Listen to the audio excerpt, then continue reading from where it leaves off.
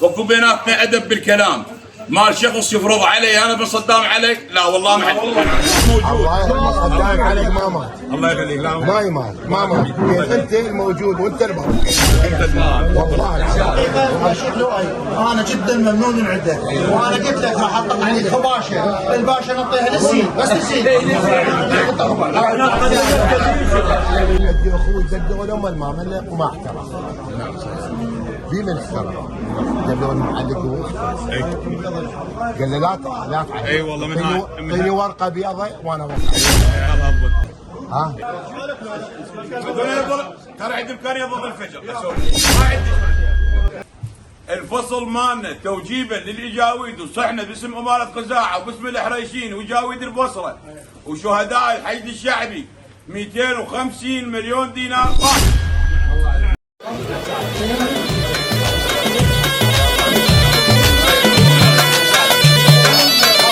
انا بن ذيك الاماره الما طفت فد يوم ناره، انا بن ذيك الاماره ما طفت فد يوم ناره، خزعل وما برد حيله سام الحرشه وصيله.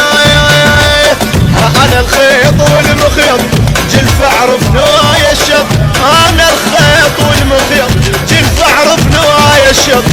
انا من الزغر خيالي لك حيله، انا من الزغر خيالي لك حيله. ويا ابويا وتعثر بالمراكبها، وتعثر بالمراكبها مراكبها.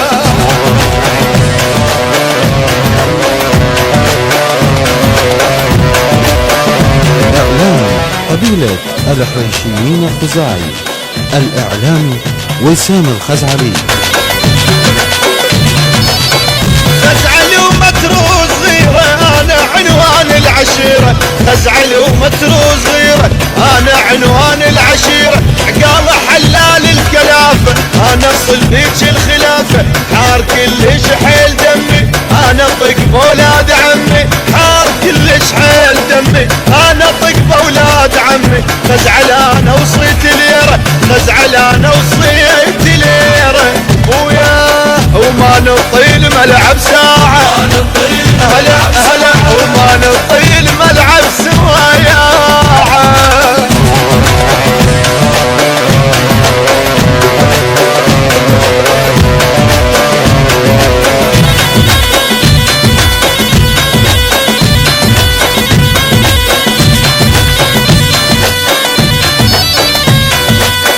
بالقبيلة الحريشة والموصل، بالقبيلة أنا الأول الحريشة والموصل. أنا الموصل ترانه أنا للشرف زمانه، أنا الموصل ترانه أنا للشرف زمانه.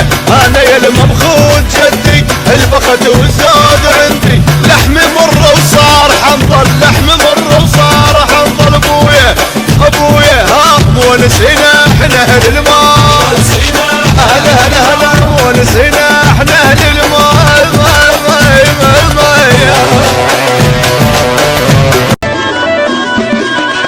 عينات أبد غيره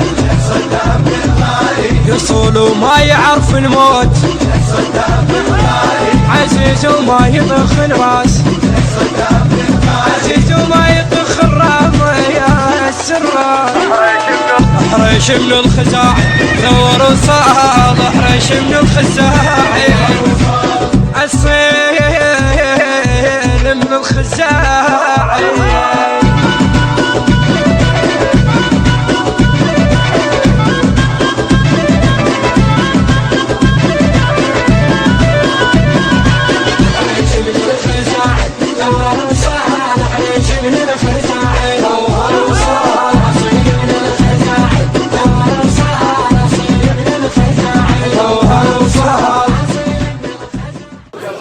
تبشر الملائكة والصلاة على محمد وآل محمد.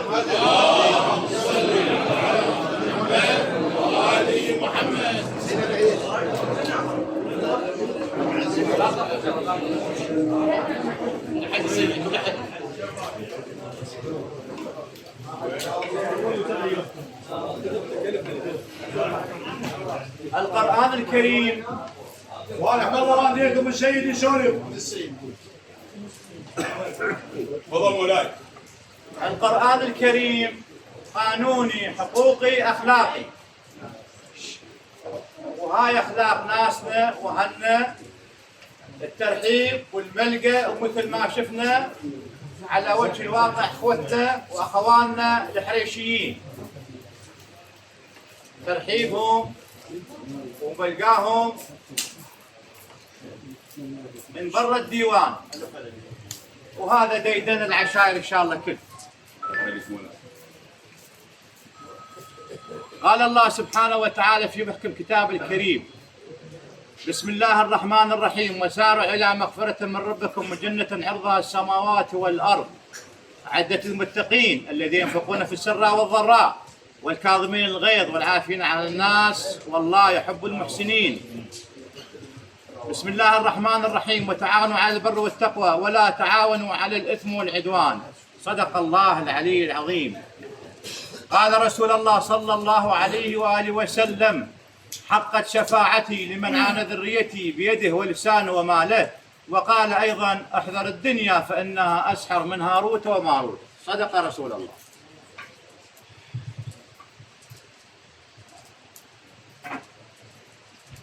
أمير المؤمنين علي بن أبي طالب عليه السلام سألوه سؤال، قال له: يا أبو الحسن وصف لنا الدنيا. قال لهم: الدنيا مثلها مثل الحية ما ألين مسها، مثل ناعمة ما ألين مسها وفي جوفها السم الناقع يحذرها الرجل العاقل ويهوي إليها الصبي الجاهل. احنا اليوم قاعدين عند اخوتنا الحريشيين، اهل بخت، اهل معروف، اهل قانون، والشجاعة بعد هاي حدث ولا حرج. أهلها ليش يقول العشائر العراقية ترتكز على 4 ثوابت: البخت والمعروف والمروة والشهامة العربية الإسلامية. هاي المشية إلها مركزيتها اليوم وإلها ثقلها. يجاود البصرة بالشوخة اليوم جاي، اهلا وسهلا، وهذا البيت يستاهل هاي الجلالة وهاي التقدير وهذا الاحترام. اخواننا الحريشيين، اخوالي، انا مشكور من الله والدي. اليوم بن مالك اخوتكم جايين شادين رايتهم من ديوانهم الى حضرتكم هنا الكريمه، جنابكم الموقر، للاحترام والجلال لكم والتقدير لكم، وجايين على رضاكم ان شاء الله، ونسال الله ورسوله يعيننا على هذه الجلسه المباركه بفضل الصلاه على محمد وال محمد.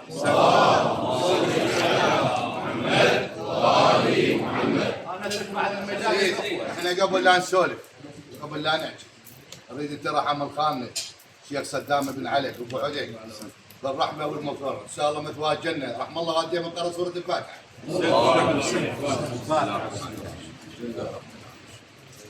الرحمن الرحيم. احنا ان شاء الله اسم واحد، احنا هذا خاصه هذا الديوان عندنا كليه واكو معهد العالي. نعم. هذا نعتبره المعهد العالي، المعهد العالي بمن شفنا وعشنا في هذا الديوان، ما طلعنا الا بالستر وبالعدل وبالانصاف.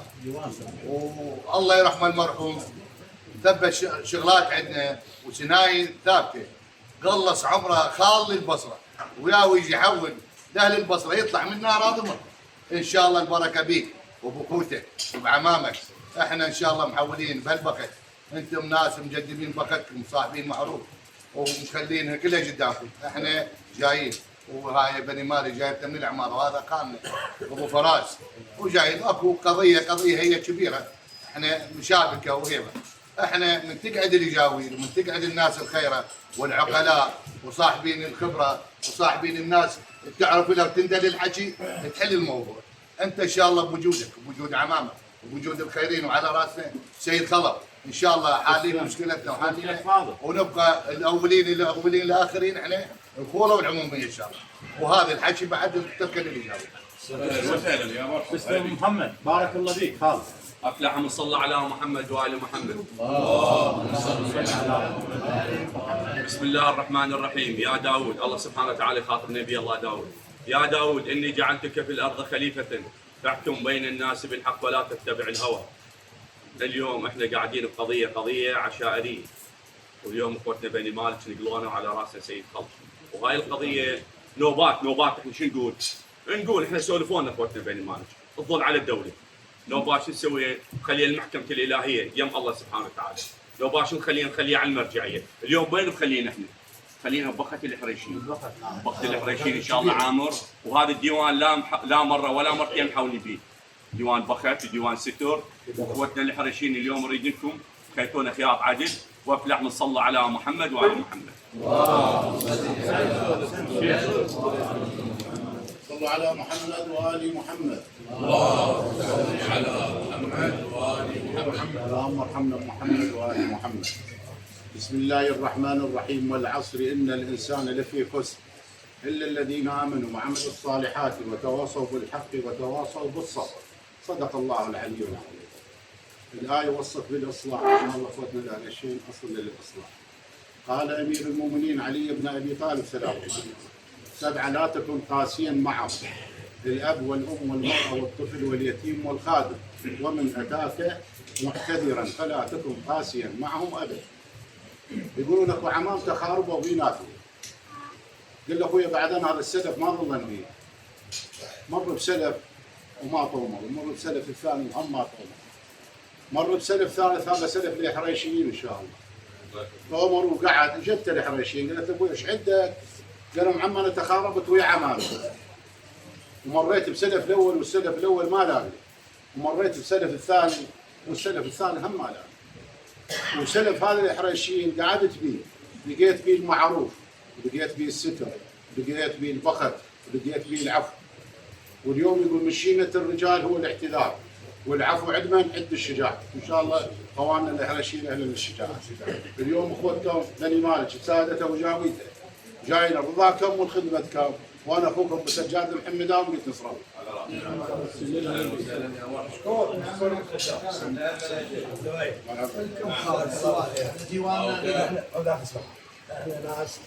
هذا الديوان تربينا فيه وتعلمنا من عنده القيم والاخلاق والحشي والمراجع اكثر. وبعدين عندنا باع طويل بهذا تحدث به القضايا الغامضه والقضايا المعلنه في بعض الاوقات. القضايا الغامضه انت ومرحوم والدك وعمامك الموجودين يخلونها طريق وسكه والوادم تدخل عليه. ليش؟ لان انتم اصحاب تجربه بهاي الحياه، اصحاب خبره، اصحاب رايه، اصحاب عراقه، اصحاب تاريخ. كل هاي المواصفات انا ما اريد امدحها بهذا الديوان، كل هاي المواصفات موجوده. وانتم دائما اللي تعلمناه واللي عرفناه ونسولف على اهلنا وعلى اولادنا وعلى عمامنا، نقول لهم يابا احنا بنروح لهذا الديوان نشوف في لذة الحشي، مرونة الحشي، اعطاء الحق بكل احواله. حتى اذا كانوا الحريشيين مظلومين بالوقت يعطونا من جيبهم الخاص، او يعطونا من حلالهم، او يعطونا من عندهم ويعطونا. هذا اللي تعلمناه وتربينا بهذا. ما اريد امدح لك انا هذا الحكي اللي الناس كلها تعرف. هسه القضيه الغامضه يصير مرات تصير للدوله ويتخذ الاجراء الدولي يصير خاطئ. ومرات تصير القضيه فوران الدم. لما يهدأ يلا تطلع النتائج بشكل ايجابي وشكل صحيح، والدين والوادم كلها ترضى عليه. قال العزيز انا مع اعتزازي واحترامي لاخواني الشيوخ على راسنا السيد المنظومين وياه. احنا المجموعين هواي وكل احنا نعرف نحكي، كل الموجودين كلهم مجربهم واعرفهم يحجون واحد ولا لا. لكنه احنا من كل احنا نحكي قد يكون بينا ياخذ زمن طويل ويخرجنا عن الحكي هواي. فانا اطلب من اخواننا اعتزازي واحترامي انا اطلب منها نسمع منك كل وقت، حتى عندنا مرادة وياك، عندنا بعد حكي خير رامل هم حكايه حكايتين. انا اريدك ان تتفضل وتنورنا بما عندك حتى نكون ممنونين من عندك، وابلع من صلى على محمد وآل محمد. نسولف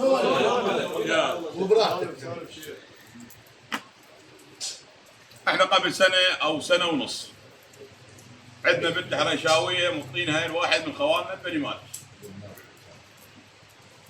وعندها من الاولاد والبنات 7. اجانا الخبر بان الولد انقتل داخل داره داخل بيته. جانا الخبر، احنا نصير ولد يعني شلون تقول نسافه ما مو ديش العلاقه. اي تعرفون اجراءات الدوله وقوانينها، الموجود بالبيت يا هو الموجود، زوجته موجوده عائلته موجوده، صح ولا مو صح؟ صار اتصال واستدعاء للبنت الحريشاويه هي وبنتها، استدعتها الحكومه، وهاي اجراءات قانونيه حسب مؤسسات الدوله ماشي علينا كل احنا، ينص عليها الدستور والقانون. صار استدعاء لها، انسحب التليفون مال الزوجه ومال بنتها نفس الحاله، وتليفون الشخص المتوفي الله يرحمه، تليفونات اثنيناتي. احنا كواجب انه يعني نوصل لخوالنا بعد فاتحه وهذا.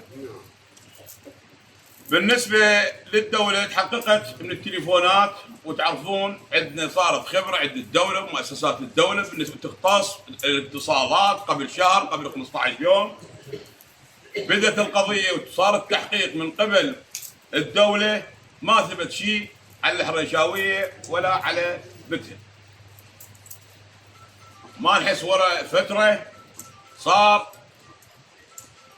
هم استدعاء من الدوله، وجتنا الدوله بدعوه، صار اتهام مباشر الى بنتنا الحريشاويه. والاتهام كالتالي: منين الاتهام؟ اتهام من خوالنا، وبالاخص من عدنان عم الولد وولد عم الولد وام الولد. توجهنا احنا، انا خلنا اختصرها لان السالفه هي طويله، انا اختصرها بس الاختصار مالي راح يصير حصيله الايجاويد تفتهمها، وبالبخت ما يزيد لا حرف لا ينقص حرف، والسيد يسمع والجاويد تسمع. الخساره مو خساره بني مالك فقط،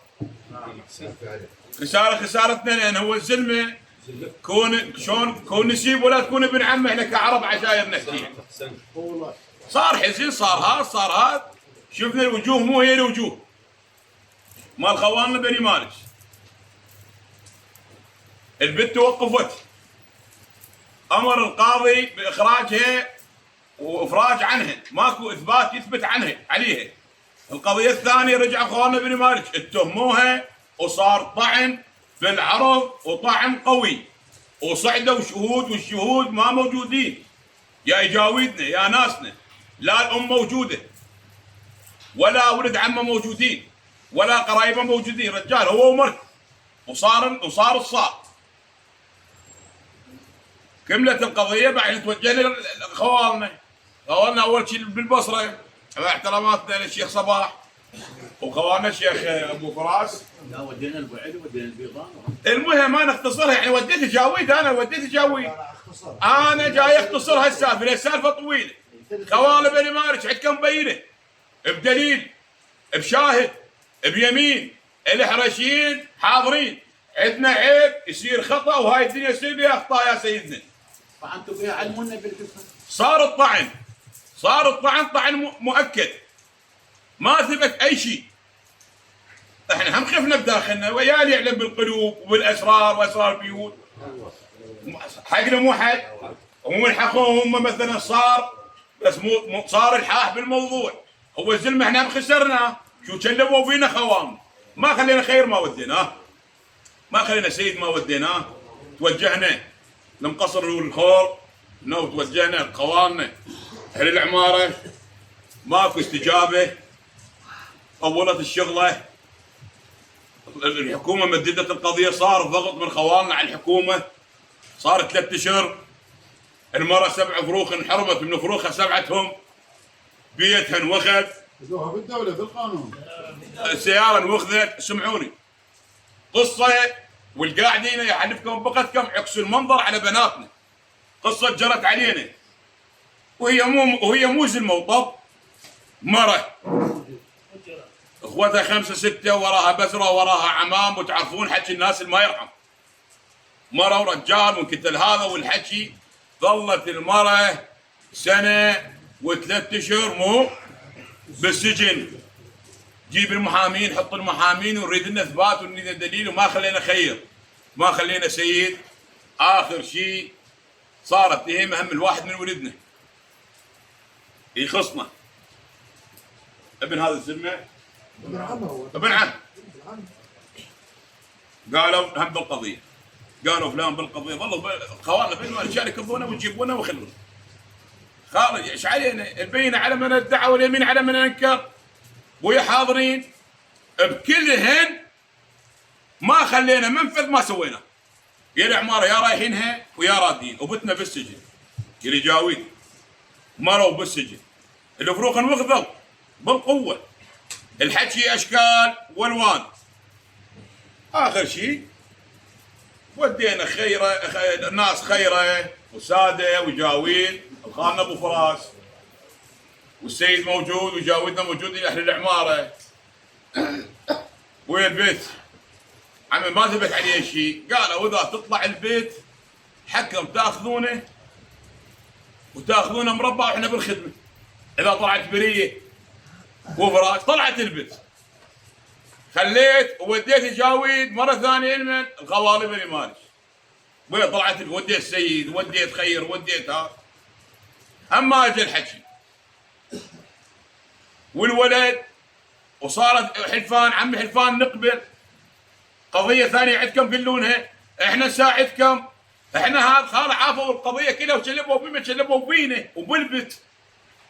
انا والحديثه كمله عمي ابو حيدر تفضل بي. هاي القصه والقصه معاناه عانينا اهلها واخوتها 1 و3 أشهر. وتعرفون كلكم القاعدين اعلفكم بالبخت تعرفون شنو التحقيق مالنا.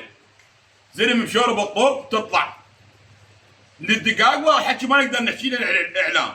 صار تحقيق وصار هذا وصار هذا، والمره تكسرت يديها وسمعتها والطعن وكله مسجل وباوراق وادله موجوده. من رحنا حتى من رحنا للعماره ردوا علينا خواننا بالماء. قالوا عمي الحكي احنا ما تاهمين بيتنا وبيتكم.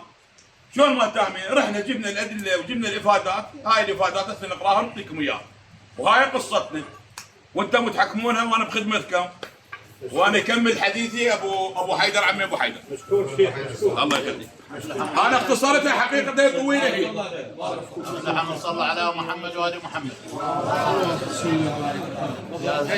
يا سيدنا يا جاويدنا يا مشيتنا الموقره. اولا تربطنا ويا ابن مالك علاقه قويه، لا مالك يوم ويومين ولا سنه ولا سنتين، خال وابن اخت. وخاصه البيت مزيع، البيت دلي، البيت كفاك. احنا بنروح عليهم واحد منهم مشاهد ورسول. انا من سمعت القضيه من بيت دلي قلت له بصدق بصدق شاهدتوني بيت دلي اخوتي. واذا اكو شيء احنا ناس عشاير، هسه ليش ندب قضيتنا على الدوله وبيها سمعه مو حلوه والماخوذه مره. يا ريت 4 5 زلام حريشين مذبوبين بالسجن يحققون يا مطلعون ما عليك. لكن هاي سمعت مره والمره رجلها مقتول وشاع وذاع شقل لك المره كتلت رجلها وعندها صاحب وعندها كذا كذا حسب افاده ابن مالك. تحركت انا اخذت كلفت الفعل وكلفت البيضاء. عمي تلفونا على ابن مالك وتحالفون لهم بالنسبه للحريشين حاضرين احنا ما بدنا نضيع دمهم. اذا عندهم دليل على المره يدلونا. هسه مره طلعت من الطريق مره طلعنا يدلونا عندها عشيق عندها غريب توجه عليه طرفه قلنا اثبات. قال احنا مش التاهمين اولاد تتهموا. عمي اولادها اولادكم بن مالك هم شنو غير اولاد بن مالك. اولادكم تحققوا وياهم خليطون. انتم هسه دليتوا على فوق المره فوت كتله رجل بتوا عليه تهمه مو زين. المره طالع من الطريق حشاكم والمره هيك والمره هيك دلونا بغريمها. ثانيا عمي المره طلعت بالافراج الاول. نترجاكم يا ابن مالك حريشين حاضرين يا هدي يعجبكم من حريشين قولوا لي اليمين وخذوا لي العباس بما فيهم المرأة طلعت امس من سجن وناخذها. حريد نطيب خواطركم. عمي ظلت انتم بالنسبه لكم دوروا على دمكم، انتم ليش اتجهتوا على اتجاه واحد؟ شوفوا بينكم اتصالاته علاقاته كذا غيره ممكن تحصلوا لكم نتيجه. انتم ليش عفتوا كل شيء اتجهتوا بهاي على مرته فوق رجلها فوق فروخها فوق دخولها للسجن. عمي المرة تروح للسجن وياها اللي يعجبكم من حريشين انا اخذ اليمين. ظلت عمي طلع عندكم دليل طولناه، عندكم بينات طولناها، عندكم دليل ما عندكم شيء، عندكم يمين الله علينا. ونترجاكم فكونا من المرة ما تروح للسجن لان احنا سمعتنا صارت زبد قدام الواد.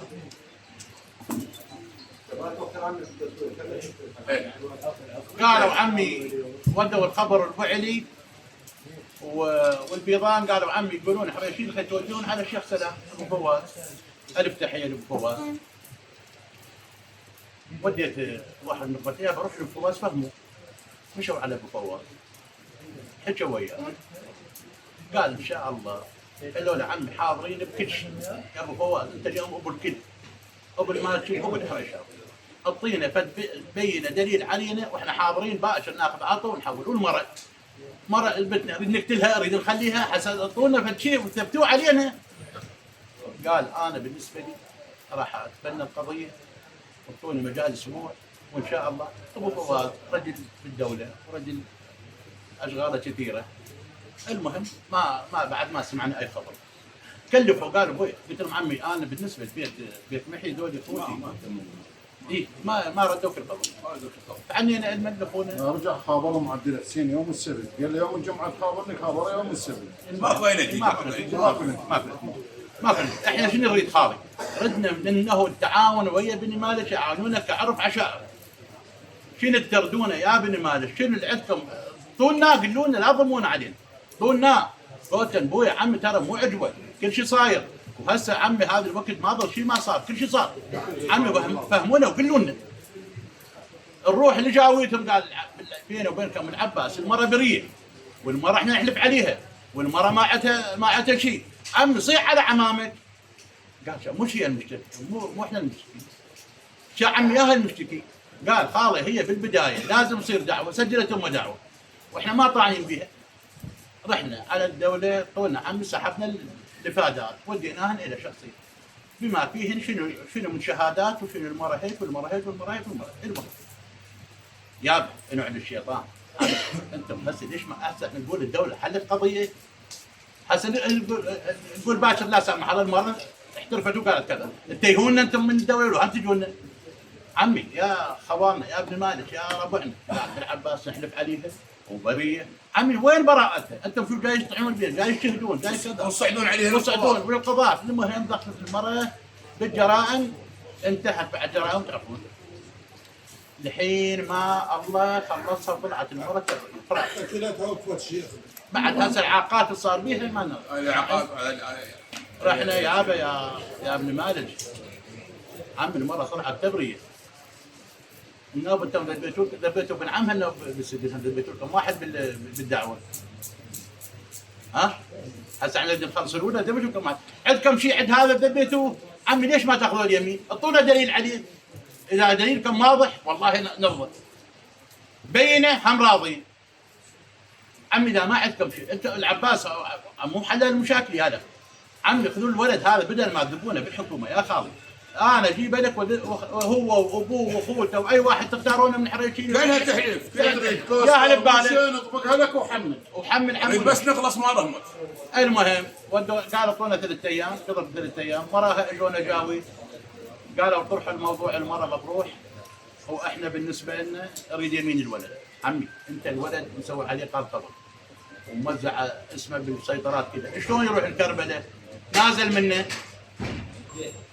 ارفع الدعوه عنه وباشر ناخذ اليمين. ما رد الخبر.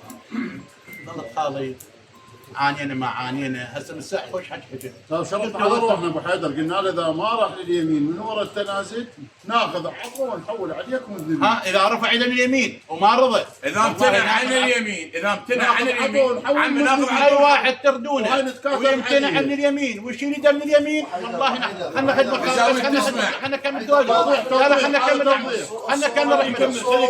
خلنا نكمل في الول حقك. اخير شيء خالي، لا اكو فقرتين هن ذني بدي احكي بيه. يا ابن مالك الحمد لله والشكر قدروا حريشين قاموا يجيبوا لنا عضو، يجيبوا لنا عضو ونحول، لكن بها شرطين. شرط منها نريد يمين فلان وفلان وفلان، امرضين. لكن انا اقول ذن الشرطين يفترض يقضن قبل التحويله، حتى من يجي المال يجيني صافي. انا اليوم اللي يرضيني راح ارضى وياهم كنت روايه رضا ونقوم. راضينك ان شاء الله. خلنا خدمه.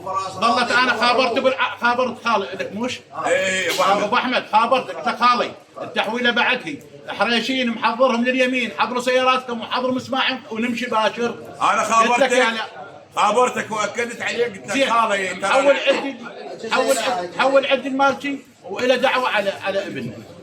تفضل ابو احمد تفضل. الحريشين القضيه جاوبين تقريبا انتهت. ليش؟ انتم حلوين حتى بسوالفكم حلوه. احنا اليوم جايين هذا ديوان البخت وديوان البصره. احنا يا يوم طلعنا منها على قوه المثقفاول. انت وشو الاكبر من هاي على قولتها؟ احنا ابو فراس بحظي وبخت وداعت عافيتي، شاهد رايته ببيته، وداعت الحسين الشهيد واحلف الكم، وهاي رايه العباس. هذا سمع انا قلت له يشور ليش؟ قال عمي ابوه وعم جده على العموم، قال انا شاهد رايتي وشي طيب خاطر الحريشين انا خادم. قلت له اخويا ريت هاي قال حاضر، قلت له اخويا ريت هاي قال حاضر. والله ظليت املي علي من يمتى ما تطلعون عم علي، انا اللي املي على هذا الزلمه بيناتنا العباس. هذا الرجل خير وانتم هم خيرين وطيبين. انا اول مره بحياتي اشوف قضيه ما حد يسولف على الثاني بمو زينه. عنده قضيه شيخ فاضل شيخ علي يحكي عليك يجيب ويسطر بيناتنا العباس. هذا الرجل لا جاب طريقه بمو زينه. وانتم واجبتوا انا الحريشين ليش؟ انتم اهل بخل واحنا اللي جايين خاطركم اخوي ابو ليث شيخ احنا جايين وجايتنا ثقيله واذا اريد اسولف ثلاث ما تقضي. اللي طيب خاطركم شنو هي؟ توكسهم على راس شيخ خيري كفيلك العباس شاد رايته وهسه احنا بديوان بني مالك.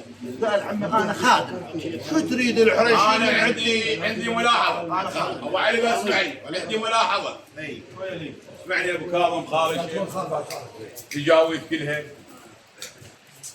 احنا قاعدين على ستر قضيه. احنا قاعدين على حل قضيه. احنا نريد نحل القضيه وانتم تقولون نحل القضيه. القضيه اذا ضبط بها شغله معلقه تصير فيها اشكال. مو طيب. لحسن النيه جاود البصره. على راسك لطيب النيه قبل يومين ثلاثه قبل التحويل اتصلت بخال العزيز ابو احمد. خابرت على رباعتي. قلت له ابوي عبروا ارواحكم لليمين. والله بني مالك شرطوا علي فلان وفلان وفلان. انتم حاضرين تسمعون خوالي؟ انتم حاضرين اليمين؟ ابوي حاضرين. خابرت ابو احمد قلت له خالي شيخ فارس قلت له خالي باكر موجودين ربعي وين تريدهم؟ حاضر انا. قال خالي ان شاء الله هذا نتجاوزها هذا حكي.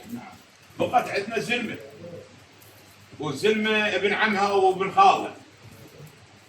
زلمه عنده عيال تعرفون الحكومه البيت مالتي هجر منه محله راح تفلش وتفرهد بصفحه فريخاته بصفحه وعياله بصفحه ولا بيها ولا عليها ولا واصل ولا ملتقي ولا شايف هاي الوالد.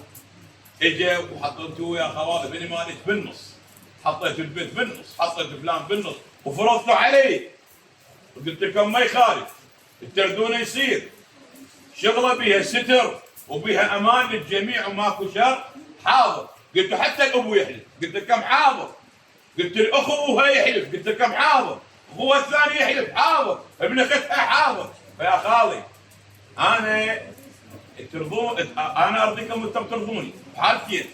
حاله هذا الزلمه المهد والعدي الا بينه يقيسون عليه شيخ ابو فراس خالد وياه لا طيتون بينه عليه لا طيتون دليل. ضربت اليمين شلون احلفه يا شيخ فارس شيخ فاضل شلون احلفه هو عليه قبو وشلون هسه احنا نتراضى يا مره طبيتوا هذا الموظف ما طلع راضي وطلعوا راضين وروح ابوي. بس انا اريد من عندك شغله شيخ. نعم احنا صاحبي البخل يمكن هاي القضيه اذا بالعكس اما احنا نروح نحكي نفس الحكي. انا بس اريدك تحضر بني مالك من شغله. نعم بني مالك حكم دم وجو التراب وقتل ولا بلا فجار ولا مهم وهي شغلته ما واضحه. وهسه النوبات اللي قلنا رايح عقله رايح على عرضه على شرفه على هذا ورايح عقله. هو هم زلمه رايح من عنده زلمه فانت هم لا تطيب ذاك الجسم. احنا اليوم اللي يميل على روحه وانت تميل على روحه اللي يميل على روحه احنا بهذا حكيكم شيخ ابو ليث احنا بهذا حكيكم خلينا نكمل المقصد. احنا بهذا حكي اللي هسه الديوان قناعه انت من حكيت احنا مو كل الحكي سمعه اللي يسمع الخير من الطرفين يصير عنده قناعه. احنا هسه سمعنا احنا هاي القضيه هسه صارت انا ميل على روح وانت تميل انت هسه ملت على روحك المالك يابا غصبا عليه راح يميل على روحه. نعم نسوي لنا حل احنا مو قاعدين هنا لازم نخلي لها لازم نخلي هذا هدف شيخ لؤي. تفضل. نعم ابو مهند انت هسه ما رخصتك ابو فراس انت هسه حكيك احنا افتهمنا. انت رجال شو تريد تطيبها وباكر ما وراه. هذا الحكي احنا هذا الحكي حكيناه هناك الديوان بوحدي. ترى انا الله يرحمك الله يرحمه على روحه. هذا وقتنا ابو ليث شيخ لؤي. نعم ترى القوي اللي يميل على روحه. نعم القوي اللي يميل على روحه ويطمث مثل ما يقول من جيبه ويستر روحه ويستر عمامه. هذا القوي. ليش؟ لان هسه احنا بهذا وقتنا انت شفت بكان لاهل الشر ترى اهل الشر مكرم السامع واهل الباطل بكان ماله بس الزين اليمين. انت هسه من ايش قلت بوي انا بالنسبه لي قبل المطلب مالي انا اريد تطلع مثل ما يقول الوادي من بخت الحريشين ومن بخت صدام الله يرحمه الله يرحم والديك يقول ينتهي مثل ما يقول مقافض الحكي. نعم هسه ايش يبقى؟ من رخصتك يبقى الستر كله بيدك انت وعمامك. هاي وحده بس تدري فيا انت ومعايشنا بس انا جايبك اكو قضيه بالبصره ما شفت الخزاعي والحراشين يميلون على ارواحهم. انت ليش تستعجل؟ القضيه احنا مالين على ارواحنا. ابو ليث نعم انت ليش تستعجل؟ انا جايبها بعد اخوك. الستر النقل لك كله بيدك شلون؟ من الدان الحكي وتقول بوي انا بالنسبه لي رجال عين بعيد. ليش؟ انا طايفه انا اسوي اليوم باكر مريود مني والغلط يمكن انا اقول لك ماكو طائفه وماكو عشيره خلصانه من عده. ناس كل عشايرنا وكل الوادم اللي بعشايرنا كلها خوش. معني العشيره مكرم السامع بيها الخوش واكثريتها بيها المو خوش واكثريتها الخوش. نعم والله اخويا بعد اخوك احنا بالنسبه لنا من كنا مجموعين عند ابو حليم الله يرحمه برحمته كل الاجاويب تناشدت ويا ابو فراس. ابو فراس شنب علينا قال بويا انا بالنسبه لي رجال اليوم لا اخلص من الحريشي ولا الحريشيين يخلصون. احنا اكو رابطه مال دم بيناتنا. صحيح. واحنا بالنسبه لنا اليوم تربطنا علاقه واخوه ورجه وطلعه ومشيه. نعم. والله انا بالنسبه لي جاي من العماره شاد رايت بالعماره شنو اللي يريده من عند الحريشه؟ انا رجال حاضر. نعم. بس هنا يا النوبل يسولفون وياكم نسولف وياكم احنا هذول موجودين. احنا بالنسبه لنا البيماليش اخوتنا والحريشيين ناس هم اخوتنا. والله اخويا اكرر عليك بعد اخوك التريده كله موجود عند المالشي بس الاجاويد التحاشي مو المال شي حاجه. لا من حقه يسولف. تسمعني بعد اخوك، اسمعني عدة انا حاجي اسمعني. انا شو اقول لك؟ اقول لك اليوم المداناه ماكو احسن منه. ابو حيدر المداناه اكو احسن منه. اسمعني هو زين رحم الله عليك. انت بالنسبه لك والله انت شو بالنسبه لهذا ديوان كام وهذا اسم كام، تسمعني، كل احترام وكل تقدير. وهذا الديوان يمكن احنا ندري به، كل الاجاويد تدري به، والله العظيم الكبير تصير صغير. والله اخوي بعد اخوي انا لحاكي كان البيضان لحاكي، انا علي بن حج سواد البيضان بيني وبينك العباس من الحكي ومن تقدم معروف للوادم، وانت انا اقول لك شانك وشان اهلك المعروف، ومن الكبيره تسويها صغيره. الماكي يجفي باكر غير همه يقابلك بمعروف، غير همه يقابلك مثل ما يقول بأخوة وبعلاقه. والله انت اليوم انت موجود، اعتبر روحك مثل ما انا هذا رايي الشخصي. انت بالنسبه له من ترضي الوادم، احنا يا يوم مشينا وطلعنا من هذا الديوان ما الوادم طلعت راضيه. انت اليوم اسمعني، من ترضي الوادم وتميل على عمامك المن للممالك وللناس هاي الموجوده، والله العظيم كل المعروف تلقاه عند المالك. هسه قبل لا يحكي انا احكي، بس هو هذا الحكي تدري وين حكى؟ حكى عند الديوان الشيخ علي، ويمكن انت هسه عرفت حكي وعرفت غلط. شيخ علي لا اسمع له حيدر، لا اسمع له حيدر. بس لا السؤال هو على الميلان علي. قبل 3 ايام هاي الزلام شاب يفوت علي.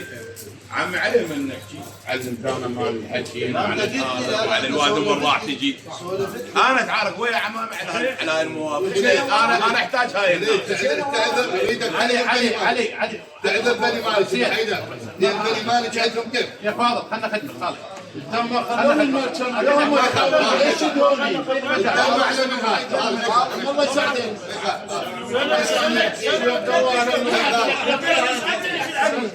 يا هو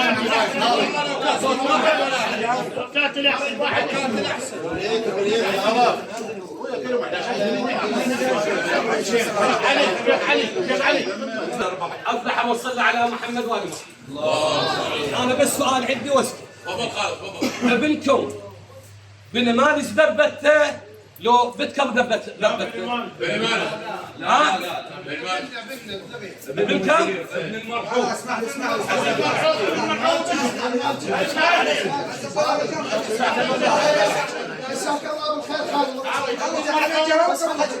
انا جاوبني توضيح. اجت انا ام الولد اللي قلت، وانا عم البنت. اجت ام الولد ورا ما انقضت بنتنا بشهرين انقضت الثانيه. شيخ لؤي يسولف لكم اختصار ما ردت تعبكم. من اجت المراه قالت اطلب الدعوه، اطلب الشكوى ضد علي الحجامي ومسلم عبد الحسين. هسه ذاك الرجال حجام انقض وطلع حاله حلبه. ابني انا ابني بصراحه ما يعرف مرحوم سعد، ابني الكبير يعرف مرحوم سعد. هذا توضيح لابو فراس.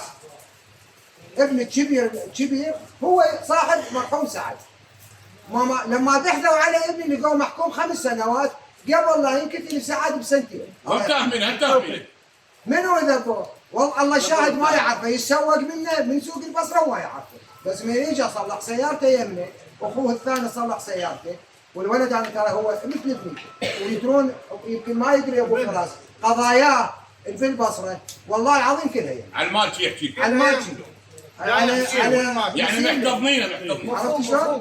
الشكوى توضيح للجاويد ولابو فراس. ترى ابو فراس انا مو قدامي، ابو فراس الرجل من اول يوم حتى لي عماره ما رافض وياه الشيخ علي الزيدي. رافض الوضعيه ما قابل بها نهائيا، بس ما اجى حكي بيها. عرفت شلون؟ فاجت المراه طلبت الشكوى لانه ابو احمد عدنان قال ابنهم ايش اسمه؟ ابنهم شلون؟ انا بالفاتحه وهذا زي ما موجود، اجوا الجهال يقولوا لي جدي. قعدوا يمهم يبكون وانا موجود بالفاتحه. عرفت شلون؟ ويعرفون ولدنا هم، لان هم يجون ويا ابوهم الله يرحمه.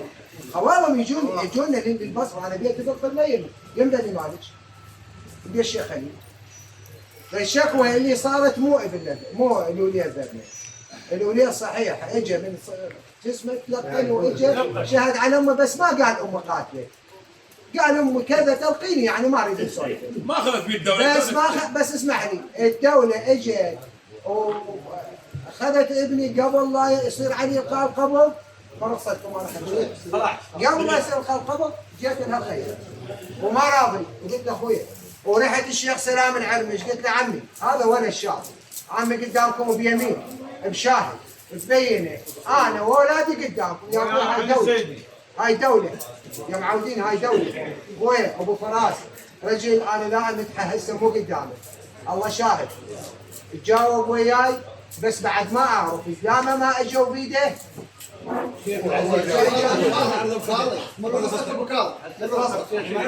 هو جاي يسولف. لا تفضل خالد. تفضل شويه هم احنا بخدمتكم باعونا هاي احنا بخدمتكم. الله سبحانه وتعالى شو يقول؟ وقل اعملوا فسيرى الله عملكم عدلهم. احنا الله فوقنا وجهنم جواب. انت هسه هاي القضيه اللي شرحتها واللي سرد هاي بيها شواهد بعد وبيها مفتوحه هاي القضيه ما مسدوده. لكن احنا اليوم اللي جاوي من نقعد بديوان محاسبين امام الله. كلنا احنا محاسبين، لا نجامل على حساب المالكي ولا نجامل على حساب الحرشاوي. فقط احنا كلنا قاعدين قضاة ونحكم بين الطرفين من على راس السيد كل احنا نجاوب. هسه خب سمعنا حكي بن مالك وتقدموا الحرشي يسولفوا. انت هسه مو بالك باللي جاوبت كذا هاي القضيه من قبل بن مالك على الحرشي المفروض تنسد شلون وان ما ظل مفتوحه. الظل مفتوحه اذا اكو دليل عند المالكي على هذا الزلمه كامل مذبوب واقفين الحرشي. هسه خب هاي نقطه على الصدر انتهت. اذا ماكو دليل احنا بعرفنا العشائري اذا ماكو دليل ينقاد اليمين. هاي انتهينا منه. عدل لو مو عدل؟ احنا لو نخيطها خياط عدل لو نخلي بيه همزات عدل لو ما عدل؟ خوالب المالكي يسمعون وانا بخدمته خاطر ما مجامل على بختنا ولا نبيع بختنا. الحريشي يقول لك احنا قضيتنا نريد نخيطها خياط عدل. انا المرة حريشاويه والزلمه حريشاوي زين خوش انا ارضى على المرة طبتها للسجن واخلي زلمه يطرد وراء الدوله بدون دليل ما انت يا هل ببالك المالكي تقوده لليمين يقول لك الحريشاوي حمل لك الحريشاوي باكر ورا هذا الحكي اذا طيبت الامور واستقر الامر باكر من يطلع دم المالكي بدليل عند الحريشاوي شنو يطيح له؟ ما يطيح له. اذا يرجع يرد عليه وما يشبع لانه صار يمين وصار فصل وصار تحويله. احنا من هذا الباب اجاويدنا على رئيس السيد احنا لو نخيطها خياط عدل بن مالك خواضي ولا ما نخليها خاطر ما نجامل. ابو حيدر احنا مسؤولين عن هذا الحكي. فبن مالك الحريشين يقول لكم خواضي احنا نريد نخيطها هيك تقدرون بالمعروف ويانا احنا بخدمتكم تقولون لازم زلمه هم عده عيال بدون دليل ما ترهم تركض وراء الدوله. والسلام عليكم ورحمه الله. الفضل علي انا شخصيا. وين راح ابو حليم؟ لا قبلوا ذاك والله وموتنا خذل. اذا رحت الديوان في الدفار على اي قضيه مهما صعوبتها ابو حليم صرف جاسم الحين مو كذلك. بيت الف رحمه على والدك. انا تدري باقرب الناس اليك والابوك عاشرة الوالد وخانك وما جاملنا في يوم بالديوان مجامله ونحكي مجاملات ما نقعد بالديوان نحكي مجاملات. الغلط ينقل له غلط بس صح. انا من قلت لك تعذر بني مالك اعطيهم العذر بني مالك لان دمهم جو دم. انا مو قلت لك هم تاهمينك لا هذا اشتباه والاشتباه وراء اليمين وراء كل شيء. خلي عنوان واحد متهمك كانوا مطيفين. هذا حكي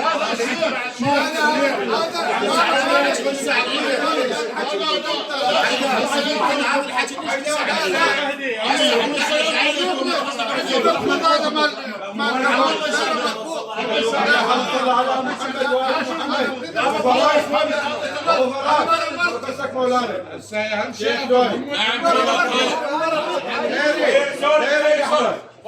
حياك الله. الله يحييك. الاطراف اللي ويا ابو احمد بالشروق بالاماره وكنا مليلين الامر الى ابعد الحدود. بارك الله فيك. الموضوع ما بيه شيخنا بني مالك جايب نيه صادقه. الطبخه صارت وطاحت بها الطرفين. انتم واحنا عرضكم عرضنا هذا الموضوع، عرضكم عرضنا.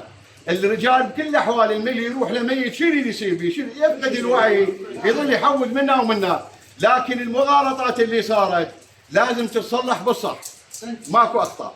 الخطا يصلح بالصح كيفنا. كل الامور اللي صارت بس اسمعني هذا اشياء انا طرف مهم بالموضوع. انا وياك هسه هاي المشيه بكبرها بعظمتها اكبر رد اعتبار مثل ما قلت دورت قضيه الشرف. الحمد لله والشكر ما طعن بالشرف. جيشيه وصار حادث وصار بلا زحمه عليه، حادث وصار اخطاء تصير، الخطا يصير لكن يصلح. انت وجودك يا كويس، وجود كل الاطراف للاصلاح. لبشه من اليسرى اول وحده عليك انت. لا اسمعني عمي جايين على الصح، شرفنا ويانا، جاي ازكي لك الموضوع، جاي ازكي لك الامر. انا بس اسمعني انا جاي احكي وياك. عمي صاير عندك اكبر منك بالعمار يقول هذا الامر مزيد بسيط. هذا شيخ لوي اهم شيء النيه تصدق النيه. اللهم صل على محمد وآل محمد. كل الجلالة والاحترام من صغيركم وكبيركم مجاوينا للبصرة، على عيني وللعمارة على راسي وانا بخدمتكم. بس الحديث يصير والنقاش يصير علينا الصح نوصل. حجة الجاوي وحجة الحريسين وحجة الخزاعي وحجة السادة، انا اوجه الكلام الخالي ابو فراس. هذا المهم احنا رضينا الخالي. هذا لا تسمحوني اذا اسمع لي قاضي اذا سمحوني حكينا بداخلنا. انا دائما بالديوان ما اتعب الجاويد، اقول خير الكلام هدفنا واحد، الله يبارك، السمعه واحده ان شاء الله والمصاب واحد. احنا ردنا اكو نيه داخلنا واضحه النيه وصافيه وحق موسى بن جعفر. والله جايه علي. وانا احكي لك نيابه عن عمامي ونزههم، انا قريتهم انزههم. بقيت اكو روايه رويتها انا. تفضل خال ابو احمد، تفضل خالي اللي جاويد السولفت، بكم الكفايه، لكم كل الاحترام، لكم كل التقدير. هذا الديوان كانوا متعودين يسولفون فيه. فقط اي خير يريد يسولف انا ما اقدر اقاطعه. رجل منقوم محامي يريد يقدم وجهه نظر، عنده مقترح في حق قضيه، جاي يسترنا يستر خواره بني مالش، خواره الحرشين، فهذا واجب الخير. فاحنا حكينا علينا بقيت فقرات 2 3 مثل ما تفضل خالد جليل قال نقطع دابر الفتنه، لا خليها معلقه الشيخ علي. بقى انا توجيبا لهاي القعده انا اوجه سؤالي للشيخ علي. هذا شوف شنو نيته، شنو كلامه، وانا بخدمته. مضمون قلبه شنو؟ بعد عده خشونه بالقلب، بعد عده حزن، قراره ناقر جاويده على عيني وعلى راسي وعلى راسهم السيد الجليل. واحنا كلنا تعاون وانا بخدمته. تفضل ابو فراس. انا بخدمته. الله يخليك خالد. افلح من صلى على محمد وآل محمد. انا جايك بنيه صادقه من جيت من هناك. انا كان الحكي ما جاي لوحه. نعم. فمن ما جاي لوحه صح يمكن اعرن واخرب صفحتين نخرب انا وانت. صحيح. مو صحيح؟ والله صحيح. مو؟ نعم. الثانيه اللي اسمعها انا هسه البيت ما مطينها بيتها، ما مطينها سيارتها، ما مطينها. هذا الديوان يشهد علي. اذا يوم من الايام محترضين على البيت او على السياره صح نقلوها من هذا المكان حطوها بصف موجود. نعم. على حطتها. نعم. بيتها وجهازها، يعني يوم من الايام وديته شخص يعني خير قلتوا له احنا نريد جهالها ورده. احنا بالنسبه للجهال موجودين والبيت موجود والسياره موجوده، وبالنسبه نيه على الحلف والصداقه هاي مالتنا انا بنيه صادقه، جاي بنيه صادقه، اريد الفتشي صافي. بس انا اطلب منكم، انا متاذي وانا مثل ما يقول من وياكم من بدايه الامر لحد الان انا حريج جاوب مو ماشي مو. فاللي ارجو من عندكم، اللي ارجو اترجى من عندكم ان تسامحونا على الاخطاء اللي صارت. الطرفين يسامحوا، واحد يسامح الثاني. احنا واحد يسامح الثاني ونمشي بالشيء الصحيح. انت لا تضغط علي وانا لا اضغط عليك. شيخ فارس تفضل شيخ فارس. قبل أن نصلي على محمد وآل محمد. بسم الله الرحمن الرحيم. وتعاونوا على البر والتقوى ولا تعاونوا على الإثم والعدوان. أبو حيدر وعمامك وشيخنا سلام عليكم. وعليكم السلام. أخوكم المتكلم أبو بسر كريم القريشي. الله يحفظك، كنتم خواننا وأخوتنا وعلى راسي. أخوتكم بن مالك الحدث من صار كان الرجل المتوفي المقتول هو وزوجته فقط بالبيت. نعم. هو بن مالك شلون الغرقان ومكلم له بقشايه.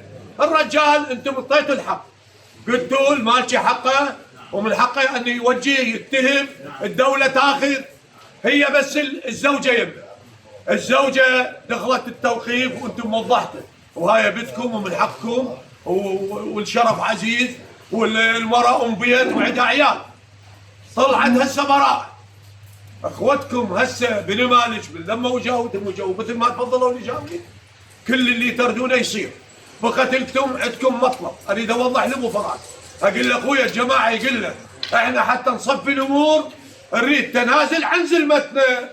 هذا الحكي لو لا شيء. هسه الحلفان شيخي، هسه الحلفان يبقى يمه يقبله ما يقبله بعد طايح اليمين.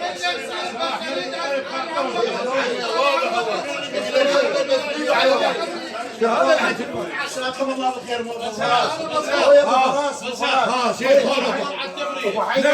خلي شايف واقف المرأة طلعت تبري. نعم طلعت هسه على ذنبها. نعم نعم لازم من عندها من دعواها. نعم هو هالوجه مو على الولد. عن مرض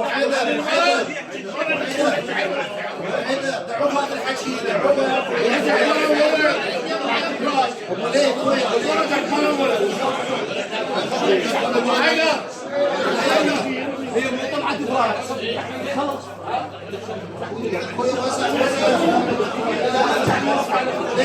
اللهم صل على محمد وعلى محمد. القضية تنال كان بعطوة والعطوة مش رحمة الوزير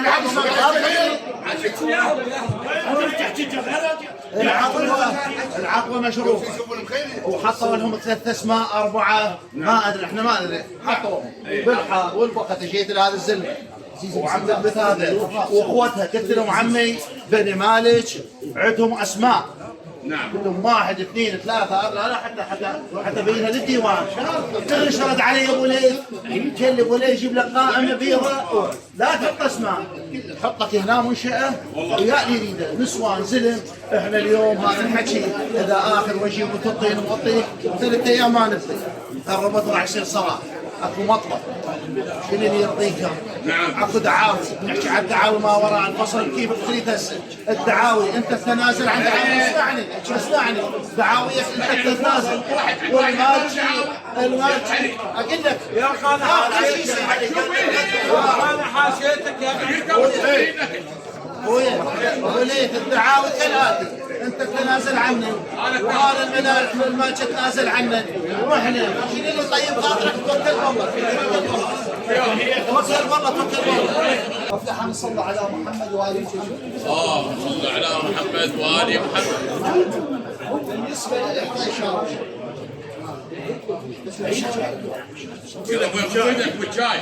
احنا كذا جاينا الحكي احسن حكي خماطه شيء ملموم واليوم حرتك في الاشاره عدل لو مو عدل؟ عدل. يقول لك عمي هذا الحرشاوي كبار يقول لك انا المالكي اذا باكر تنازل علي وقاد من اليمين خاطر احط هاي بعين الاعتبار النطلب. هسه احنا هذا صار واضح عدل. يقول لك انا ما اخليها مغطايه، انا خاطر نطلب طلب على معروف ما اطلب على سراب.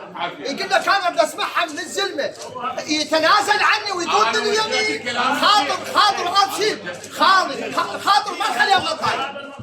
يقول الحريشاوي خاطر انا من قلت هذا الامر بالديوان خاطر يصير طلبي على المعروف، انا اتساهل عليه بس ما تشوف اذا يقول لي سلمتك لا انا غير حكي يصير. قال هذا حكي كم الحين شنو هذا عمي هو هذا اللي يحكي كان بعد شنو خلي يقدم معروفه مو شرط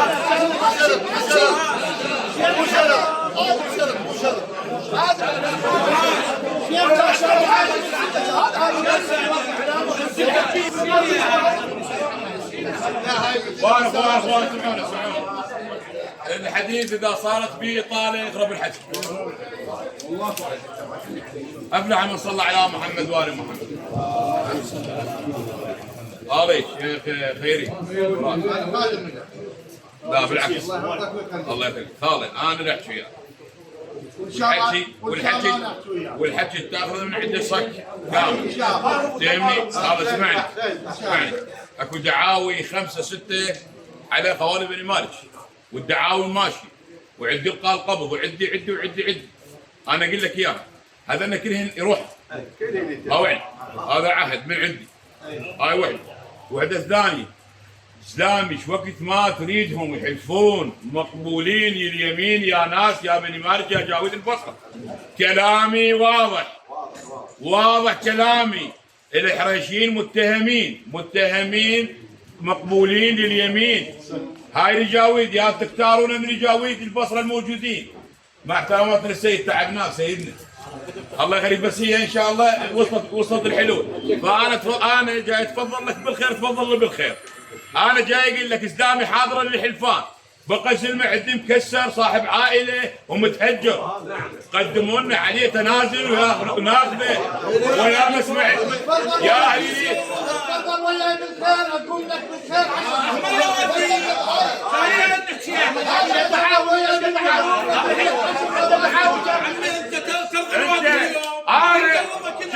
شيخ علي انا عندي استطاعه على عمام الحريشين الخزاعي بالك وياي اقودهم لليمين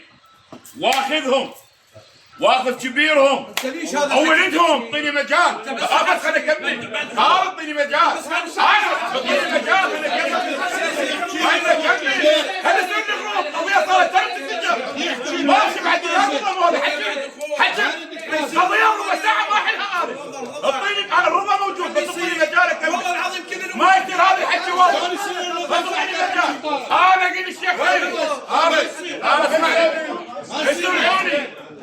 شيخ فاضل اشتكي على بن ماضي عمي ابى اساعدك اسمعوني قولي انا اسمعني فاضل شيخ اسمعني خالد اسمعوني اوضح لكم المساله باستطاعتي بامكاني اخذ عمامي المتهمين بهاي القضيه الشائكه اللي صار 1.5 سنة وتهجرت فيها عوائل انا اكفلهم اخذهم لليمين واخذ الزلمه المتهوم على القبض اخذه واخذ مسمعين وياه واخذ جاويد وساده وحلفه وبريه. انت عندك امكانيه قدام جاويد البصره تقول لي انا باستطاعتي هسه ترضيني وباكر تروح اخذ اسلامي احلفهم واخذهم لليمين وانت تتنازل عن سلمتي وتروح تحلفه وتبريه. هذا الحكي يصير انت وانا نفس الحكي ثم بالمعروفه ثم هاي توضيح هو على هنا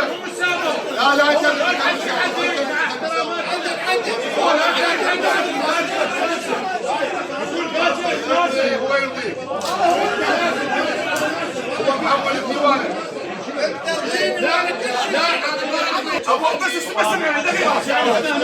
هذه حكايه وحده لي اسمعني حكايه وحده ارجع واقول لك شيخ خيري كل الود والتقديس تلقاه نعم انا جاي اقول لك ومسؤول على رعيه ومسؤول على عشيره ومحاسب قدام عمامي جايه محافظات كبر سنعتهم ناس تعبانه جايتني وكل واحد عمره 80 و70 ومقدمين بالبخل فمن احكي انا محاسب على كل كلمه ولا تتوقع من احكي كلام وانا مو قد كلامي.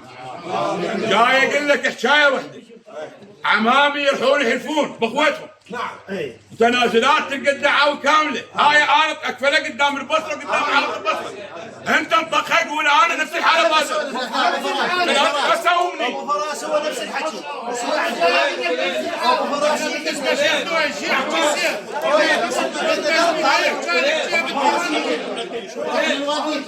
ابو فراس يقول لك عمي اذا شدينا روايه وبحظي وبختي باكر اتنازل عن انك حتى مالك حلفان. ارضيني ترضيني. شيخي شد روايه وارضيني وانا ارضيك. على محمد وآل محمد. خال العزيز، نشكر الله ورسوله ونشكر الناس العقلاء اللي حاضرين ان شاء الله بهاي الجلسه المباركه. خال انت كفلك العباس وحظ البحر لك ولأهلك وما عليك. الله يخليك. الماتشي وكذلك فيكم اخوان واتفقتوا على هذا الموضوع ان شاء الله ينحل بوجود الله وجود. نعم. ظلت مولانا احنا طالعين من خدمه الحسين. كل احنا خدم. والله بحظ بختي مو بس الناس بموكب يخدم، حتى بيوتنا صارت مواكب. لين تطبخ البيوت وتطل المواكب. والله صحيح. هذا المشي وهذا راح بسياره وهذا اللي طب. المهم كل من قدم خدمه لابو عبد الله. المساعده هاي ثمرتها، هاي ناتج. ظلت خالف ادوى اروح له. يقول الوساده تحمل راس الصغير والكبير، الحارس والامير، لكن لا ينام عليها بعمق الا مرتاح الضمير. تبارك الله. فاحنا شو نريد؟ انت تريح ضميرك خالي والك ولهلك، والماشي هم اله ولهله هم يريح ضميره. هسه الشكر لله اثنينكم اتفقتوا على هذا الموضوع ببركه الصلاه على محمد وال محمد. اطلب مطلبك بس خلي خدمه الامام الحسين قدام وجهك محضر.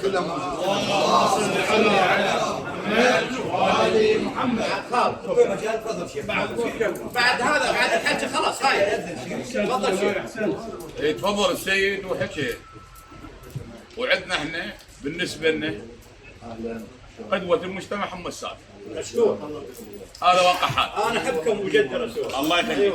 الله يخليك. واحنا الغزالي يقولون احمد فاطمه يعني من الحقيقه مو انا صرت تحكي اذا تسمح لي كفيله العباس كانما خالنا شيخ صدام جاي. الله يخليك. والله والخل اسمحوا لي والخلف ماما والله كلك زود وكلك معروف. لا اجاملك ولا اعرف مثل ما يقول اسوي لك فد عنوان. انت عنوان، انت صانع المعروف. الله يخليك. ايوه فخالنا شيخ صدام ما ميت حضرك الشام. اشكر امامك كل الموجودين. اشكر بهيدا طبق بعد خالك فدوى روح طبق بعد لان الطبون راضين وطلعون راضين. ممنوع. هذا عندنا مصرف احنا وعندنا فصل. تسلم. مصرفنا طبخت اخوتها راعيه وراعيه. مصرف 54 مليون. نعم. وفصل كعشيره وكسمعه وكتشهير وقضيه كلها نحسبها حساب لان ما اذا افصلها لان ما اذا تعبكم مكور. واذا تعبكم اطبوا فروع وتفاصيل وتعاريف واقوال وما اعرف تصير هوسه. وصلنا 250 مليون دينار. صار مطلب. هذا مطلبنا. والمصرف بقت راعيه وبقت اهلها واخوتها قاعدين وهذول العمام موجودين. وهذا الشيء اتفقنا عليه قبل 3 ايام 4 وصار نقاش فيه. وهذا مطلبنا يا جاود البصره. احنا بالنسبه لنا الله شاهد اجينا كل احنا هذول الموجودين ناس مرتاحين. ليش؟ لان انت وعمامك انتم ما تمشون وما تقعدون اذا ما ناس تحطون بختكم قدامكم. ناس اهل بخت. والله حكيت الصدق. والله اخويا بعد اخوك. انت طلبت 250 اللي هي حصتنا. حصتك انت وعمامك هاي مال العشيه. او طلبت مصرفك. المصرف يمن يم راعيه وبخت راعيه. نعم. احنا ندري بكل هذا مجتمعنا اليوم الموجود. عندنا يمكن عند كل انسان محترم مثلك ومثل هاي الوادم الموجوده، ترى عندنا الاعتباريه فوق الماديه. على الطيب. هذا واضح. وانت بالنسبه لك الله شاهد، من وراك حكينا بطيبك انت وعامل. اخوي احنا بالنسبه لنا هذا ال 250 نسوي. احنا عندنا هاي مال الجسم والسهم مال خوارة البو محمد. وقع بيها صدام. انت تتسمهن تسمعني وتعاين المن وتعاين للسيد وللاجاوي، لان هاي كل الاجاوي الموجوده هي ترى تعبانه عليكم. ليش؟ ترى احنا اليوم ترى ابو حيدر انت لا تدنك، ترى احنا واحد تعبان على الثاني.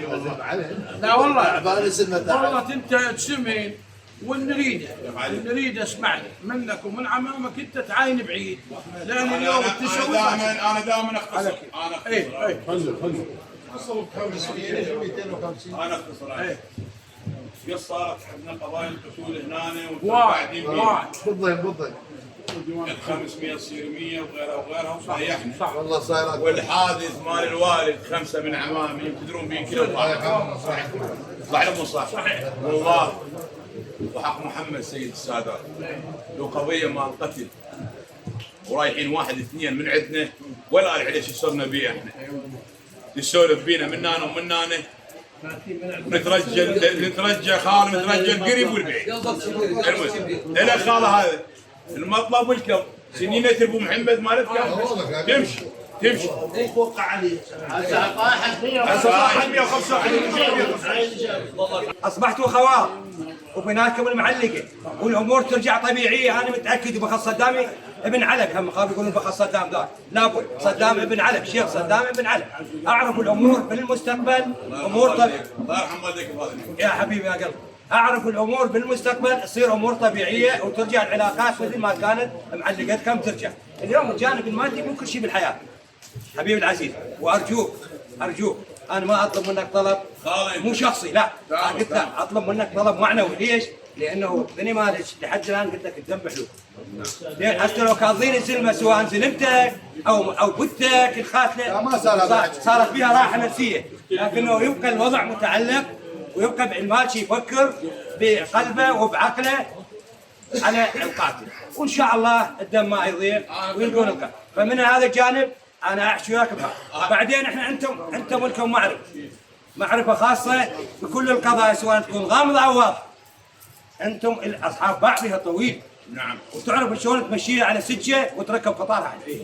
واحنا اخوتك ومعاونينك بهذا الجانب. فارجوك ان لا تخلي الجانب المادي مع اعتزازي واحترامي لاخوان المراه او اهلها. الخسائر ذيك واحد فيها باب وجواب انت وياه. فالجانب المادي اللي يخصك انت كعشيره ارجوك ان لا تخلي حد فاصل بينك وبين بني مالك. هذا الناموس. اي طبعا. هذا واحد. ثاني شيء شباب اكو حرقه بالقلب. نعم. واكو الام. صحيح. انت شايف الساعه ابو 5 الفجر تنسجن حمدان وتكسره. علي. اكو الام. احنا عوائل. عندنا عاطفه.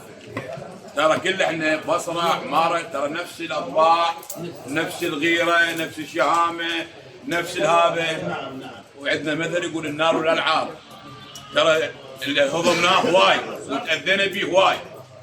انتم ترضون هي هاي جايتكم عند تسوى الدنيا. مرات عليك مرات. فانا بخدمتكم.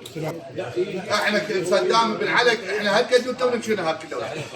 احنا بترجاك رجع مثل ما قال لك ابو كاظم اللي مالك حكم غير حكي، وقلنا لابو فراس هذا يصير التنازل ان شاء الله، من تتنازل يصير له غير حكي.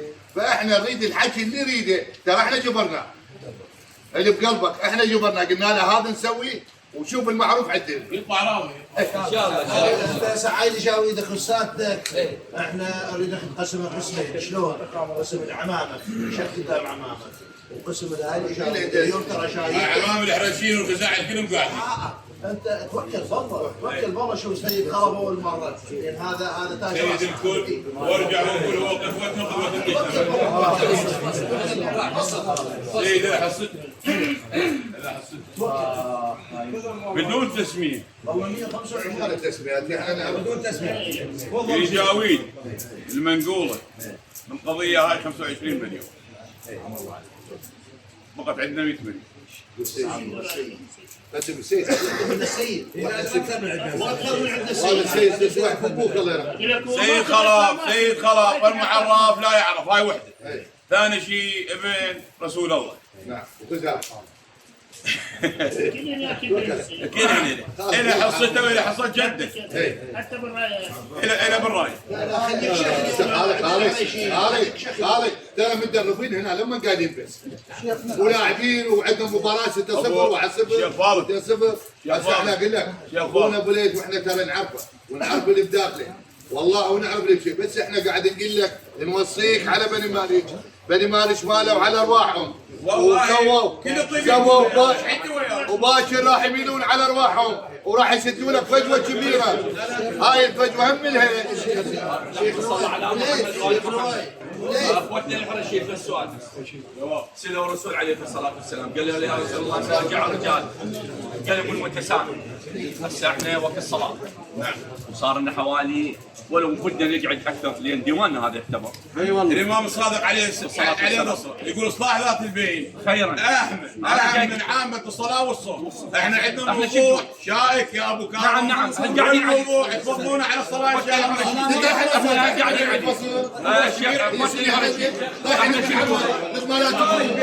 ابو حيدر احنا نقول لا شوي بعد ما بكمل. احنا شو نقول؟ نقول هاي مال عشيره تتفضل علينا ونقول هاي مال عشيره. لا والله لا والله عشيره مهضومه. اي نعم مهضومه. شوف تصير عده لا اجراءات دوله مشت وراحت تصير عده وتصير عده وتقول هسه الجماعه ايش ما يقولون؟ قالوا بانه احنا مهضومين بنت سنه كلها جاي. يعني اقول لك شخص اثنين انقتل. هسه انا واخوي بالبيت وانقتل اخوي الدوله تاخذني لو ما تاخذني؟ تاخذني وتظل التحقيق ويظل التحقيق وبالاخير قانون وبالاخير يجوز يتم القانون. البنيه انا وزاره محمد سعد الشريفي البنيه طلعت اسمعني فروع بها القضيه الفروع بها اتهام وقرآن يدقون عليه من صبح. هسه كان دم كان دم هسه مرة خويا ابو حيدر الرجال هاي النية يطيحوها ويجيبوا رايسهم على الوسط. يلا صل على محمد وال محمد. اولا شيخ لؤي ليش ما تخلون الحريشاويه يطيحوها؟ ابو زهراء الحريشاويه اختنا وخالتنا وعمتنا ومرتنا بنفس الوقت. الحريشاويه لا تقاس في ثمن ولا لها ثمن. انا ما اعلمك على الحكي انت بخيطه لون الحياه مش شيء رابع. خلنا اسولف لك هاي وحده. اثنين انت تحكي هسه برحابه صدرك. شلون رحابه صدرك؟ طلع الشريفه نظيفه طاهره. شلون؟ سنه وثلاث اشهر لو انا بمكانها من ياخذوني جوز براس شارع احترف. مره حريشاويه معصبه والله شريفه بنت شريف. سنه وثلاث اشهر وديها يفرونها وما احترمت ما عندها شيء. انت هسه عقالك مرفوع وعمامك متونسين كذا. عيال المره خلنا اسولف لك. عقلكم ان شاء الله عامره كلها. شيخ لؤي انت هسه مسيطر. ليش؟ انت الحريشاويه نظيفه سنه وثلاث اشهر يدقون عليها جرائم. تعرفون شنو الجرائم؟ بحظوا وقت زلم بتاكسي حطوهم واحترفوا. هاي وحده. اثنين المالكي شو يقول لك ابو فراس؟ بيناتنا العباس حكاها بديوان حليم الله يرحمه حليم قال مرتنا معزبتنا بتنا هي اعز من ابننا المال.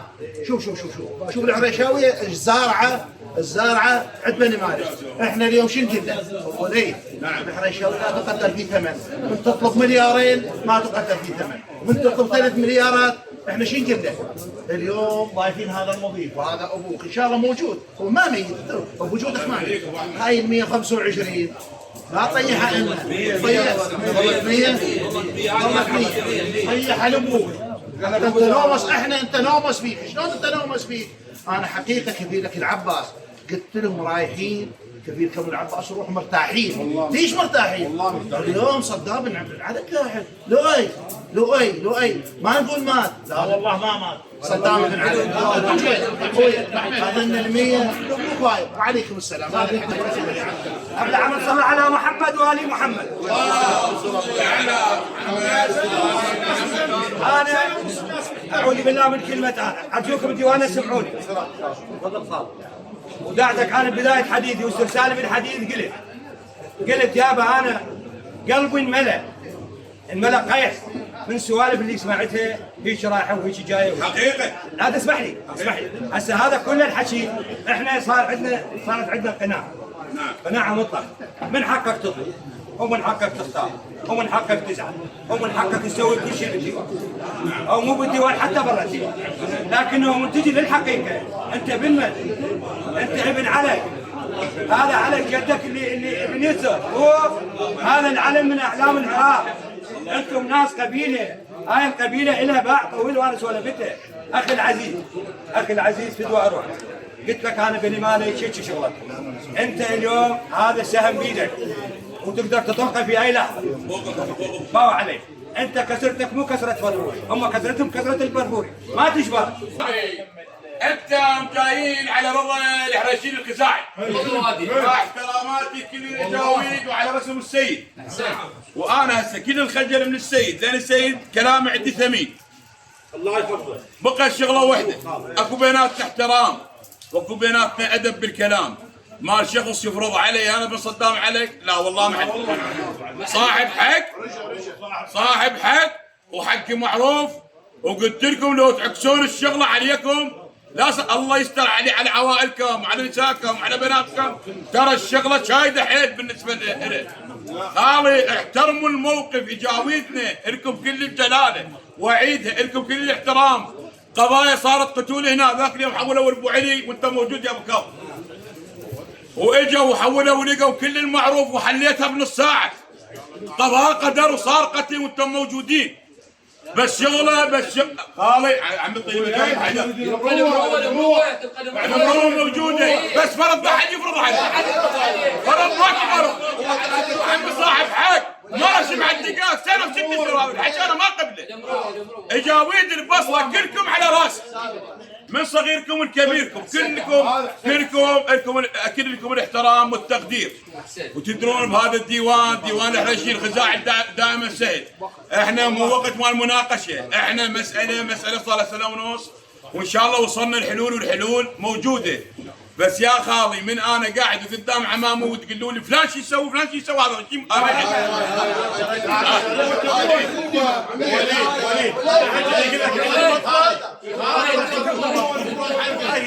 لا حد يسن علي سنينه.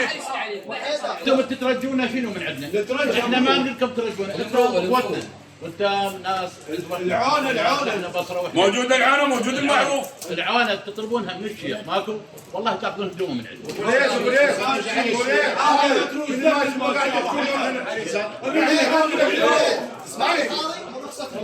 خالد مساكم الله خير. الله يحفظك. انا سبق وقلت لك الساعه الجاويد تقعد حكم بين الطرفين، وكل الجاويد اللي قاعدوا على راس السيد حكم بين الطرفين. هسه بالساعه خوب انا وياكم بالماز قاعد عم نسوق ويا العرجين جت غير ناقضين قلت لهم على الحق. لا والله حكي هسه النوب انا شو احكي؟ بعد حق اليوم انت تاخذ بالحق غير الحق لو مو بالحق. لا والله المالكي كذلك ما يعطيك الا بالحق. انا اخذ من رب العالمين. هاي وحده انت ايش تظن علاقتك انقطعت؟ هاي المره بسبع فروق، هاي المره بسبع فروق انتهت علاقتك بعائلتك وحيدر. سؤال احسنت، بعد علاقتك انت هذا الحمل اللي راح تحمله على المالكي منو يدفعه؟ راح يدفع عياله العفولات اولادها يدفعونها. ترى عمي ما حد يدفع. الله همك وجعنا لكل شيء من سبب. اسمح لي هو اللي يروح يدفع. اسمح لي. اذا انت راح تحمل ناس ما لها طاقه بهذا الحكي، ما لها طاقه. انت تكبر ابو حيدر، انت خلطك انقطعت يوم المالك. هاي ما سامدك سيد خلص مولاد. المبلغ 100 بقى 100 مليون فصل مالنا 25 باسم السيد.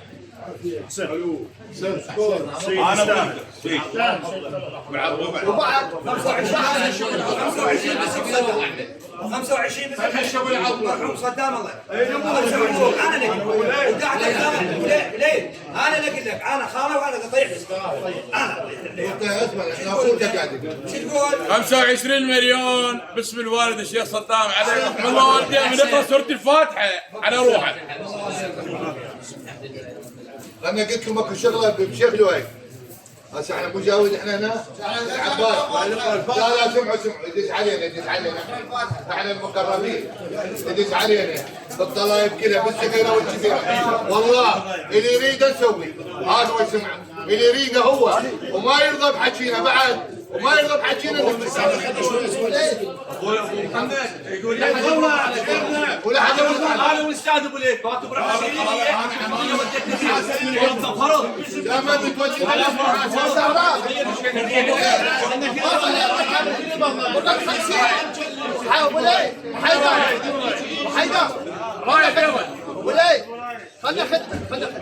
هسه الرايه تجي هي شاد رايه الماتشي احنا نسولف وياك باكر نسولف علي انت الحريشاوي تجي بمضيفه وسولف انا خادمك على حمود العباد المسلم على راسي والله معدل الله يحفظك كل اخوه ويا الحريشيين ويا بيت موكر ويا بيت خالد ويا محمد بن عبود البهناني اخوتي بيت بهيد الاخوه اسمعني ابو ليث خالي احنا بنقول لك هاي اشيالها مو هذا خواتها يصيرن وباكر يسير علي هاي جاويت كذا وتطالبها توني قلت لك الخوله ما انقطعت قلت ايه قلت لك المره مرجع حلف ريخاتها قلت ايه عدل لو ما عدل احنا رغم هذا تريد من الماتش عدل لو ما عدل انت تريد من الماتش لو ما تريد انت تريد تنازل ماتش لو ما تريد تريد تنازل لو ما تريد لا سؤال وهو يريد منك نعم الطرفين كل من يتنازل من صاحبه غير هيك زين خوش احنا اذا حطينا هذا المبلغ اللي يكسر الظهر ما عمرنا خرب اي مبلغ هواي حتى هسه انا ما اشكك بالمصرف لا وين انت كنت بخت راعيه بس لاكت ال 55 مليون منين يجيبوا لها ابن مال يشطونها؟ نحكيها عدل خالد عدل ال 55 هم ناخذ منهن ونطيح منهن ونعطيك اللي يقدر عليه الماتشي خاطر يعدل كفتها باكر يتنازل عنك وتنازل عنه وكل من يمشي له واحتمال الامور لا يتنازل هسه يجوز الامور ترجع ابو حيدر يجوز الامور ترجع يجوز الامور خالي يجوز الامور ترجع وترد المرأة ترد المرأة ترد يجوز ترد المرأة احنا وين انا سؤال انا اوجه سؤال واجاوب عليه نفس الحاله. الخالي ابو فراس اقول له يطمئن قلبك اللي ببالك يطمئن قلبك احنا من نحكي هذا الحكي مثلها صايرات وما يقدر نجيب العشاير اللي اخذت مثلها. انا هسه راح اوجه لكم حكي والكم اول حكي. انا هاي القضيه جاود البصره القاعدين وعلى راسهم سيد وبقت الخزاعل وبقت الحريشين. انا اشيل هاي القضيه اللي بقت 50 مليون افوض بيها الى جاود الموجوده. شنو قناعتكم ببختكم اذا عليكم شنو قناعتكم؟ عوده ولوده واخذنا بعوده ولوده. اذا اسمح لي شوي انا سبق وانا قايل لك مقعد قلت لك احنا من اتهمنا وبطلنا للحياه وبطلنا للحشي ما شفنا واحد يجي من اخواننا لا ابو شريف ولا سلمان بن غيلان ولا قال كفه ابو محمد مع اعتزاز كل العشائر قال كفه ابو محمد او بخت ابو محمد اعلى من بخت العريشي مستحيل. هذا انت انا احتراما لكم احترامك هذا جلاله من عندك بس لكن احنا صدقني ولا يعلى شان على شيء. كل الاجاويد اصحاب بخت وعشائر اصحاب بخت وقبائل مقبوله وعشائر مقبوله والها رايها والها راي السديد هم. نعم. انا راح اقول لك كلام. نعم. امامك جعفر الصادق عليه السلام شو يقول؟ عليه السلام. يقول اذا بس من هاي وتخلص الحشي ارجوك مو فرض اسم جعفر الصادق لا اطلب انا ولا غيري. يقول اذا اردت ان تطلب حاجه اطلبها من اهل دين فان لم تجدها اطلبها من اهل المروءه فان لم تجدها اطلبها من ذي حسب ونسب. هسه من ايش من عندكم ما عندكم العريشين؟ كلهم عندكم فصلها بالديوان خاطر جعفر الصادق. القرار اللي بداخلك اخذ مثل ما قال لك شيخ علي قال لك حتى للمصرف لا حقير، يعني ليش نجامل؟ والله انا واحد تعمل كل الزين ما اجامل لا وحق هاي المسلم، وهذا وقت الديوان يعثر. كل اخواني القاعدين كلهم يعرفوني انا صاحب حد بالحق وليس بالباطل، حد بالحق، هذا اللي لك وهذا اللي عليك. المصرف ناخذ من عنده، وهذا الفصل انت تاخذ رمز، والرمز معروف بقلبك. شلون تفصله فصله رغم مرارتك، رغم قساوتك، رغم ما تحملته من مأساة، رغم ما تحمله اخواننا مع اعتزازي واحترامي. فارجوك رجاء والخاطر الامام جعفر الصادق ان تخلي هاي الفصل بكفه صغيره، وايضا المصرف ناخذ من عنده. والسلام عليكم. هذا ابو العطوه ابو احمد الموزاني. لا شوفه لا لك تقدير ابو العطوه 10 ملايين وقال 40. شو رايك؟ لا هاي استقلال ما مخاطب مو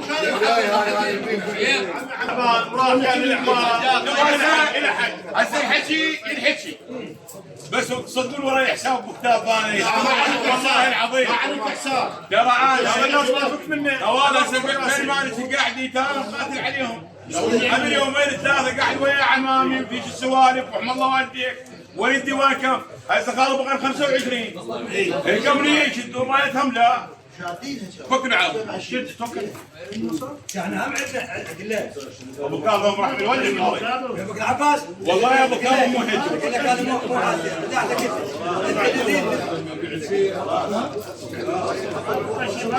ما 25 والله مولانا سيدنا خدمتك.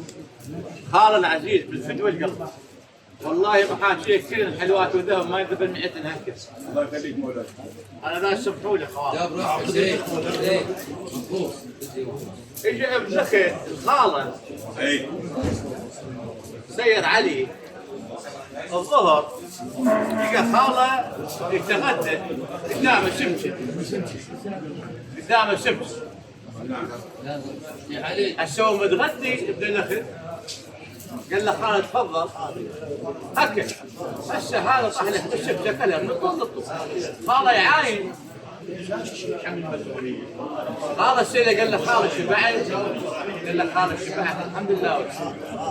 بس يا خالد نجده كان نجده قال له قول. قال له زادك لذيذ قال له من فوق الخالد من فوق الخالد. فخالد انت يوم انت مخوات باعوها الخوله انا قلت قبل بلاش شيخ عباس قبل الخوله هناك قبل بكيفنا هناك. انا اول شوف لك انا هنا انا بكيفي كنت بكيفي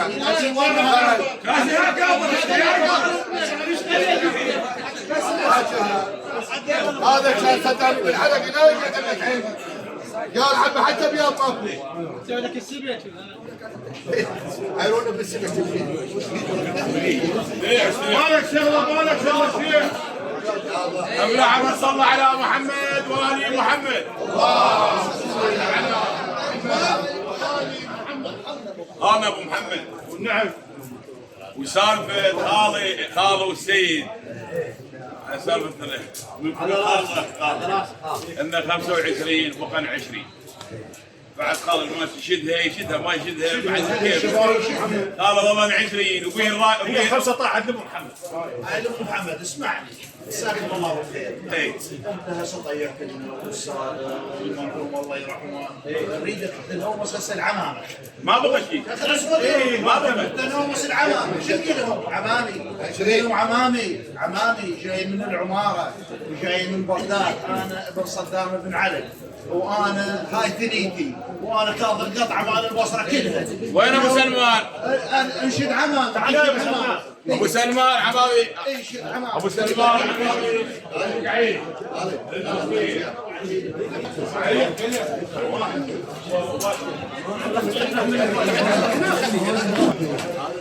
وين استريحوا بعد؟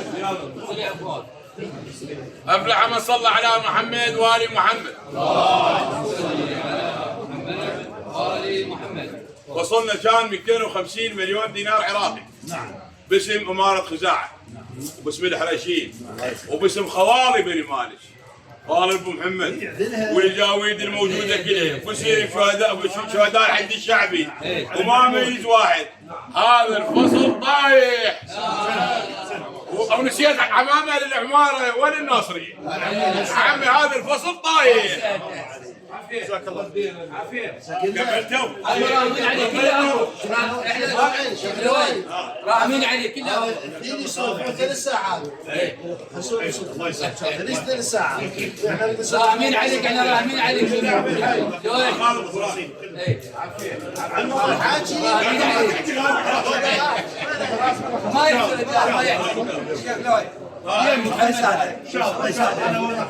يحصل. اسمعني بعد خالك في دورك. هسه التفاح هواي بالسوق. لكن المرغوب التفاح اللبناني والحمر اللبناني شو دائما والعيون تروح عليه. انت صح فكرت الديوان. اشكرك وانت التفاح اللبناني. مقاوم حبيبي. شيخ علي فؤادي شيخ فاضل سيد خلف مصاريفنا 54 مليون دينار عراقي بالبخت. الفصل طيحته باسم اماره خزاعه وباسم الحرشين وباسم خوالي بني مالك. هم عندهم نايبه وزلمتهم ميت. وقدمنا التوجيب والتقدير والاحترام لكل خير قاعد بالديوان. فبعض الكلام لا يصير بمجاملات. اكو حق وحقوق. وانا القاعد قبالكم مسؤول على عشيره والعشيره تريد من عندي وتحاسبني على كل لفظ الفظه. واخوان عندي مصاريف الفصل طاح لجاويد البصره وعلى راسهم السيد. مصاريفي 54 اكو معروف اكو رجع. هذا سبق السؤال. وين ابو الشيخ علي؟ وين علي بن ابو حسين؟ عمي علي هاي جاويد البصره قاعده وناقلين بني مالك ناقلين جاويد وخوار ابو محمد وعلى راسهم السيد. وبحظك وبختك ما اخذت فلوس باشتريت مشترى. حظي بختي اشتريت فلوس وركضت لمن ما الله قال لي بس. يخليكم الله. خساير يا ابو خساير والموضوع مكلف بالنسبه لي. خلنا جاوبك. خلنا جاوبك. انا حلفت بحظ بختك. خلنا جاوبك. احمد الله والديه صلى على محمد وال محمد. صلي على محمد وال محمد. نعم شيخ علي. هسه احنا هذول الموجودين كلنا شو الظن؟ احنا نميل للمالشي عليكم؟ لا الله شاهد المالشي اخونا وانت اخونا. والله ابو ليث انا ترى في البدايه سولفت عليك واكرر حكيك. اقول لك اليوم بالنسبه للانسان من يبقى من جيبه ما يخسر. والله المثل هاي احنا ندري بيها. المثل هاي يمكن انا اقول لك هي على رايك. المثل هاي اسمعني. هسه انا سولفت ويا ابو فراس قلت له ابو فراس وانتم يا ولد انت شو تقول؟ انا حاكي. قال والله يا ابو مهند وحول على ربع. تسمعني؟ قال اول مره انا بالنسبه لي بخدمه الحرشي. والنعم. بس عمي انا مثل ما اعاين على الحريشي هم وراي عمامه بالنسبه لهم ناس معريين وناس ما عندهم. واليوم اسمعني اللي تبدى كله مثل ما قلت يا ابو حيدر ترى ما يلم كله. واللي يعوض مو المالشي اللي يعوض الله سبحانه وتعالى. ويمكن انا اقول لك الاهم ابو ليث من طلعت المرأة مثل ما يقول وجه ابيض. والله اخويا بعد اخوك اسمعني. هذا الديوان هواي اطمن معنا في سبيل من؟ في سبيل الستر. هسه احنا يا ابو حيدر هسه نقوم ويقول ابوي انا بالنسبه لي من اشد رايه وياك باشر ملزم بالوفا لو مو ملزم. بس يمكن ملزم بمن؟ ملزم بالعديت انت نازل والميلان تسمعني كل هذا هو ملزم. لا وحنا شويه كفافيه هم يستاذنون. انا وياك اسمعني. هي الكفافيه شلون تصير؟ لا نصير الرضا، نصير الرضا. ظلت هنا هسه احنا بننكو ما وصلنا النتيجه، ونقوم وهي هذا الحكي صاير نوبات. انا قلت لك اكو يوم مثل ما يقول ما يصح به، مثل ما يقول فرح، انا مو صحيح. هي هسه يوم على يوم يفرق، وساعه على ساعه هم تفرق. احنا باكر ما ننغاب كل احنا هذول موجودين. شقلات بها بن علك، وبيها اجاويد الحريشيين، وبيها السيد، وبيها اجاويد مثل ما يقول بمالك شو الاجاويد مال الفصله، وما لموها ننغاب لو ما ننغاب. صحيح. احنا ابو ليث بعد اخوك، انت بن علك تسمعني، وانت خوش ولد، والخوش ترى هي هم ما جتك بلاش، ترى الخوش عمي، الخوش بمعروفك، الخوش تقدر من جيبك، الخوش محافظ على بختك. والله اخوي بعد اخوك انا ما اطول عليك، انت موجود اسمعني. هذا الانسان اسمعني، قضيت انا يا تعطيني مجال يا بعد اخوك. هذا انا نشدتك الساعه نجي مثل ما اسولف عليك، اقول لك الميله الحلو، اقول له انا هم اقول له هم كيف امامك، انا هم حاشي. والله اخويا احنا نريد نطلع من بخت الحريشيين ومن بخت الديوان مال صدام بن علي، نريد مثل ما يقول تميلون على رواحتكم ويميل هو على روحه. بمن؟ انا بالمعروف. اول وحده هسه انا من حاشيه خاف ما ترضى علي. لا شيخ علي لا بخت. اي والله العظيم انا شكو اقول من هو بالنص ترى ما من هو. اسمعني والعافيه تسمعني هم بالتداري. هسه هذا شنو؟ هذا الله شاهد، لا شاير بين مالشي، بس يمي مثل هاي بيني وبينك الحسين عندنا قضيه الله شاهد بيها مصرف، وهم من جيت انت وجت الاجاويد ابطينا من جابنا وسترنا. والله اخويا بعد اخوك احنا نطلبه من عندك تميل على روحك زايد مو ناقص. تسمعني وهذا الذمه يمكن انا اقول لك هو كله يتعوض، بس الدم يتعوض؟ لا بخت. لا ما يتعوض. تسمعني هسه هو مو يقول بعت بيوتي، بس باكر الله يعوضه لو ما يعوضه، بس هو دم يتعوض جاويده. هذا ذمه تهجر. والله اخويا نطالبك تسمع، نطالبك ونطالب هذا الخير وبعدي، ونطالب يجاوب الحريشي. اخويا بعد اخوك انت تلم الحكي تسمعني وتذب لنا. اسمعنا من جابك تذب لنا مثل ما يقول هدمه زينه احسن من الصغيره والسلام. احنا خلينا نطلع لنا مطلع بس طبعا زينه ما تبوك ان شاء الله. يلا ابو حيدر بسم الله الرحمن الرحيم. عمي مشايخنا السلام عليكم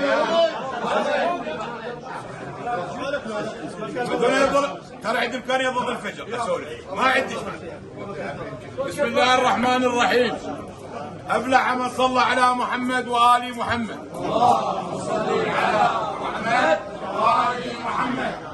رايت ابو الفضل عباس عليه السلام بين قبيله الحريشيين الخزاعيه وقبيله بني مالك بالخصوص حموله بيت دلي. واضح الكلام؟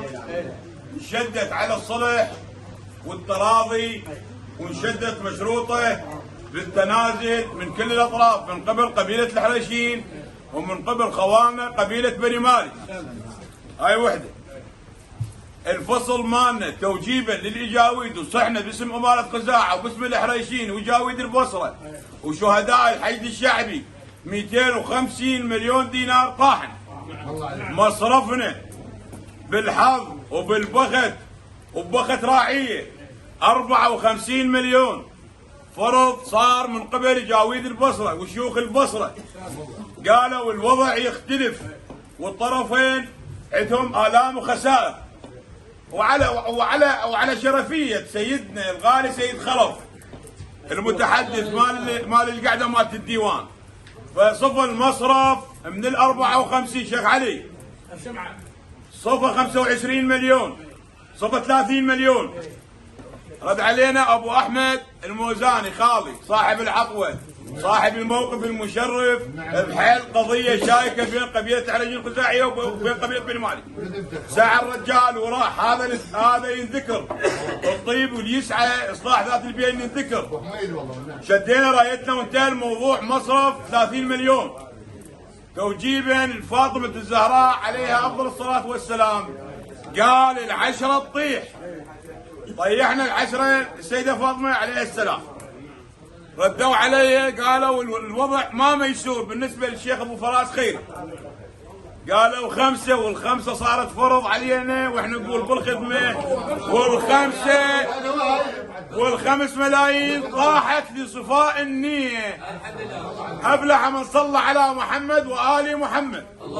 والتراضي ما بين قبيلة الحريشين وقبيلة بني مالك. خلي نكمل السيد، خلي نكمل بعد. أبلح من صلى على محمد وآل محمد. اللهم صل على محمد وآل محمد. يا علي السيد سوري. نشكر الله ورسوله والأئمة الأطهار والناس الحضور العقلاء من الشيوخ من الوجهاء، ونشكر اخواننا قبيله الحريشيين على كل ساعه، ونشكر اخواننا الشيخ لؤي واخواننا ابو حيدر كل الحريشيين، اشهد الحريشيين جميعا من القماط الى العقاب. والله تعالى رايد ان شاء الله نفتحها على بركه الله بالصدق والتراضي وحسب الشروط اللي شرطها امامنا الشيخ لؤي. نعم. فاتح على شرف النبي محمد وآل بيته الطيبين الطاهرين ولأرواح المؤمنين والمؤمنات والمسلمين والمسلمات بالخصوص موت السامعين والحاضرين. الفاتحة مسبوقة بعقب الصلاة على محمد وآل محمد. اللهم صل على محمد وآل محمد. فقط دقيقة خلصت. لأن كنا نخلص بقيت وحدة. نعم. احنا الحكي نحتاجه. هذا ابو احمد شيخ خيري والله العظيم وحق محمد سيد السادات نظرت لك انت كشخص كمسؤول كعشيره كموضوع وليمنا الموضوع. بقت عندنا شروط دليناها ووثقناها. بقت انا اريد من حضره السيد وشيوخنا بان يوقعوا لنا شهود على هذا الحكي مالنا إذا أمكن. فقط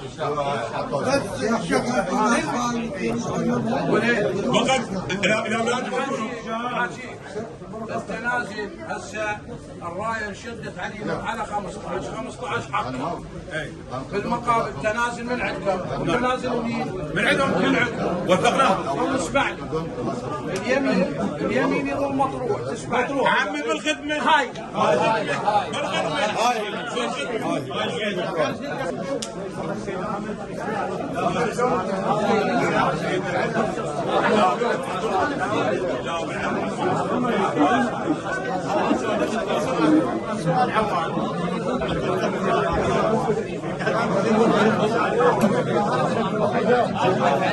بعد وثقات اعتبار السيد الطيب. هاي من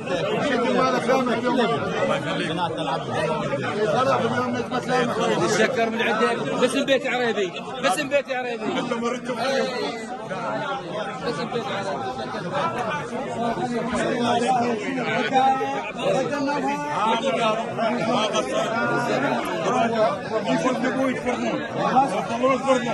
يجي ابني بعدين هم يفرضون. هذا تعديلك بجلالتك ما الله يرحمه الوالد. متعلم علي بيوتو متعلم علي بيوتو كلها افراد وهي صادنا الحمد لله. من عندك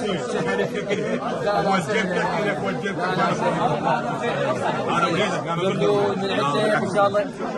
هذا كان ديوانكم هذا؟ لا ما قصرك والله.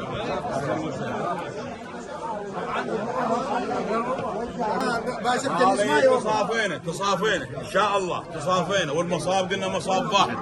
وهذا التوجيه شايف هاي شيوخ البصمه اللي جاويدك صار التوجيه اليك انت بالاخص.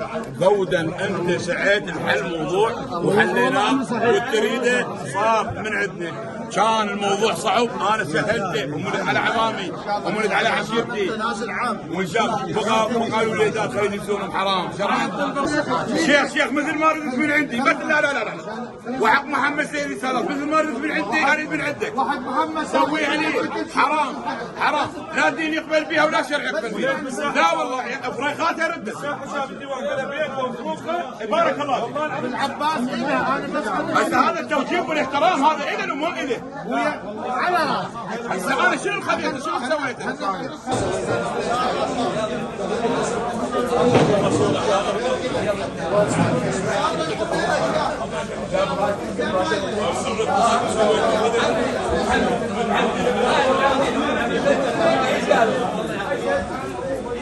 صل على محمد وآل محمد. اللهم صل على محمد وآل محمد.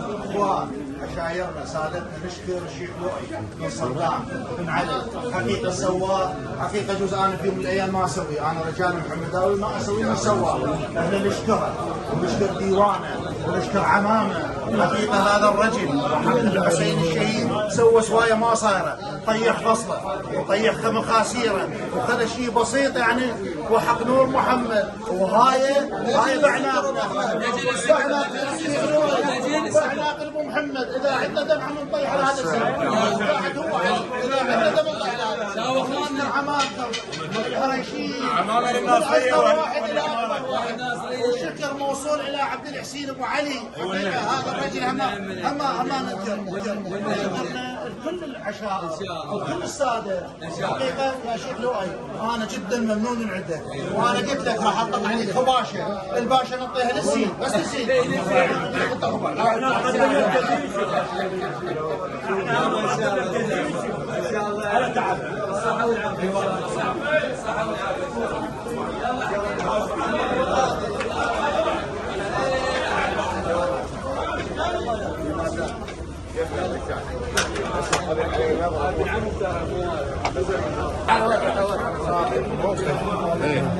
يعني اتذكر موقفك هسه بنيتك بالسجن شلون متأذبين، انا خذوني الامن انا واخوتي واهلي يعرفون، لا شيخ احمد جدي واخوي دقوا لهم المامله وما احترم، في من احترم قالوا المعلق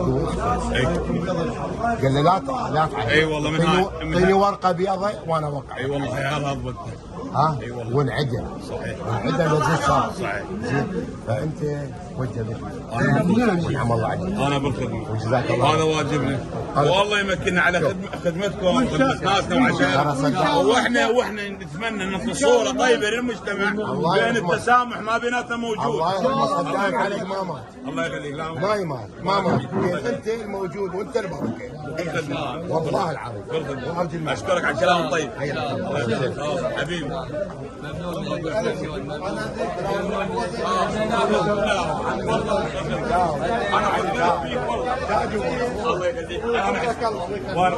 وانا هم اجي العماره وازورك وانا والله انا خادم لا بالعكس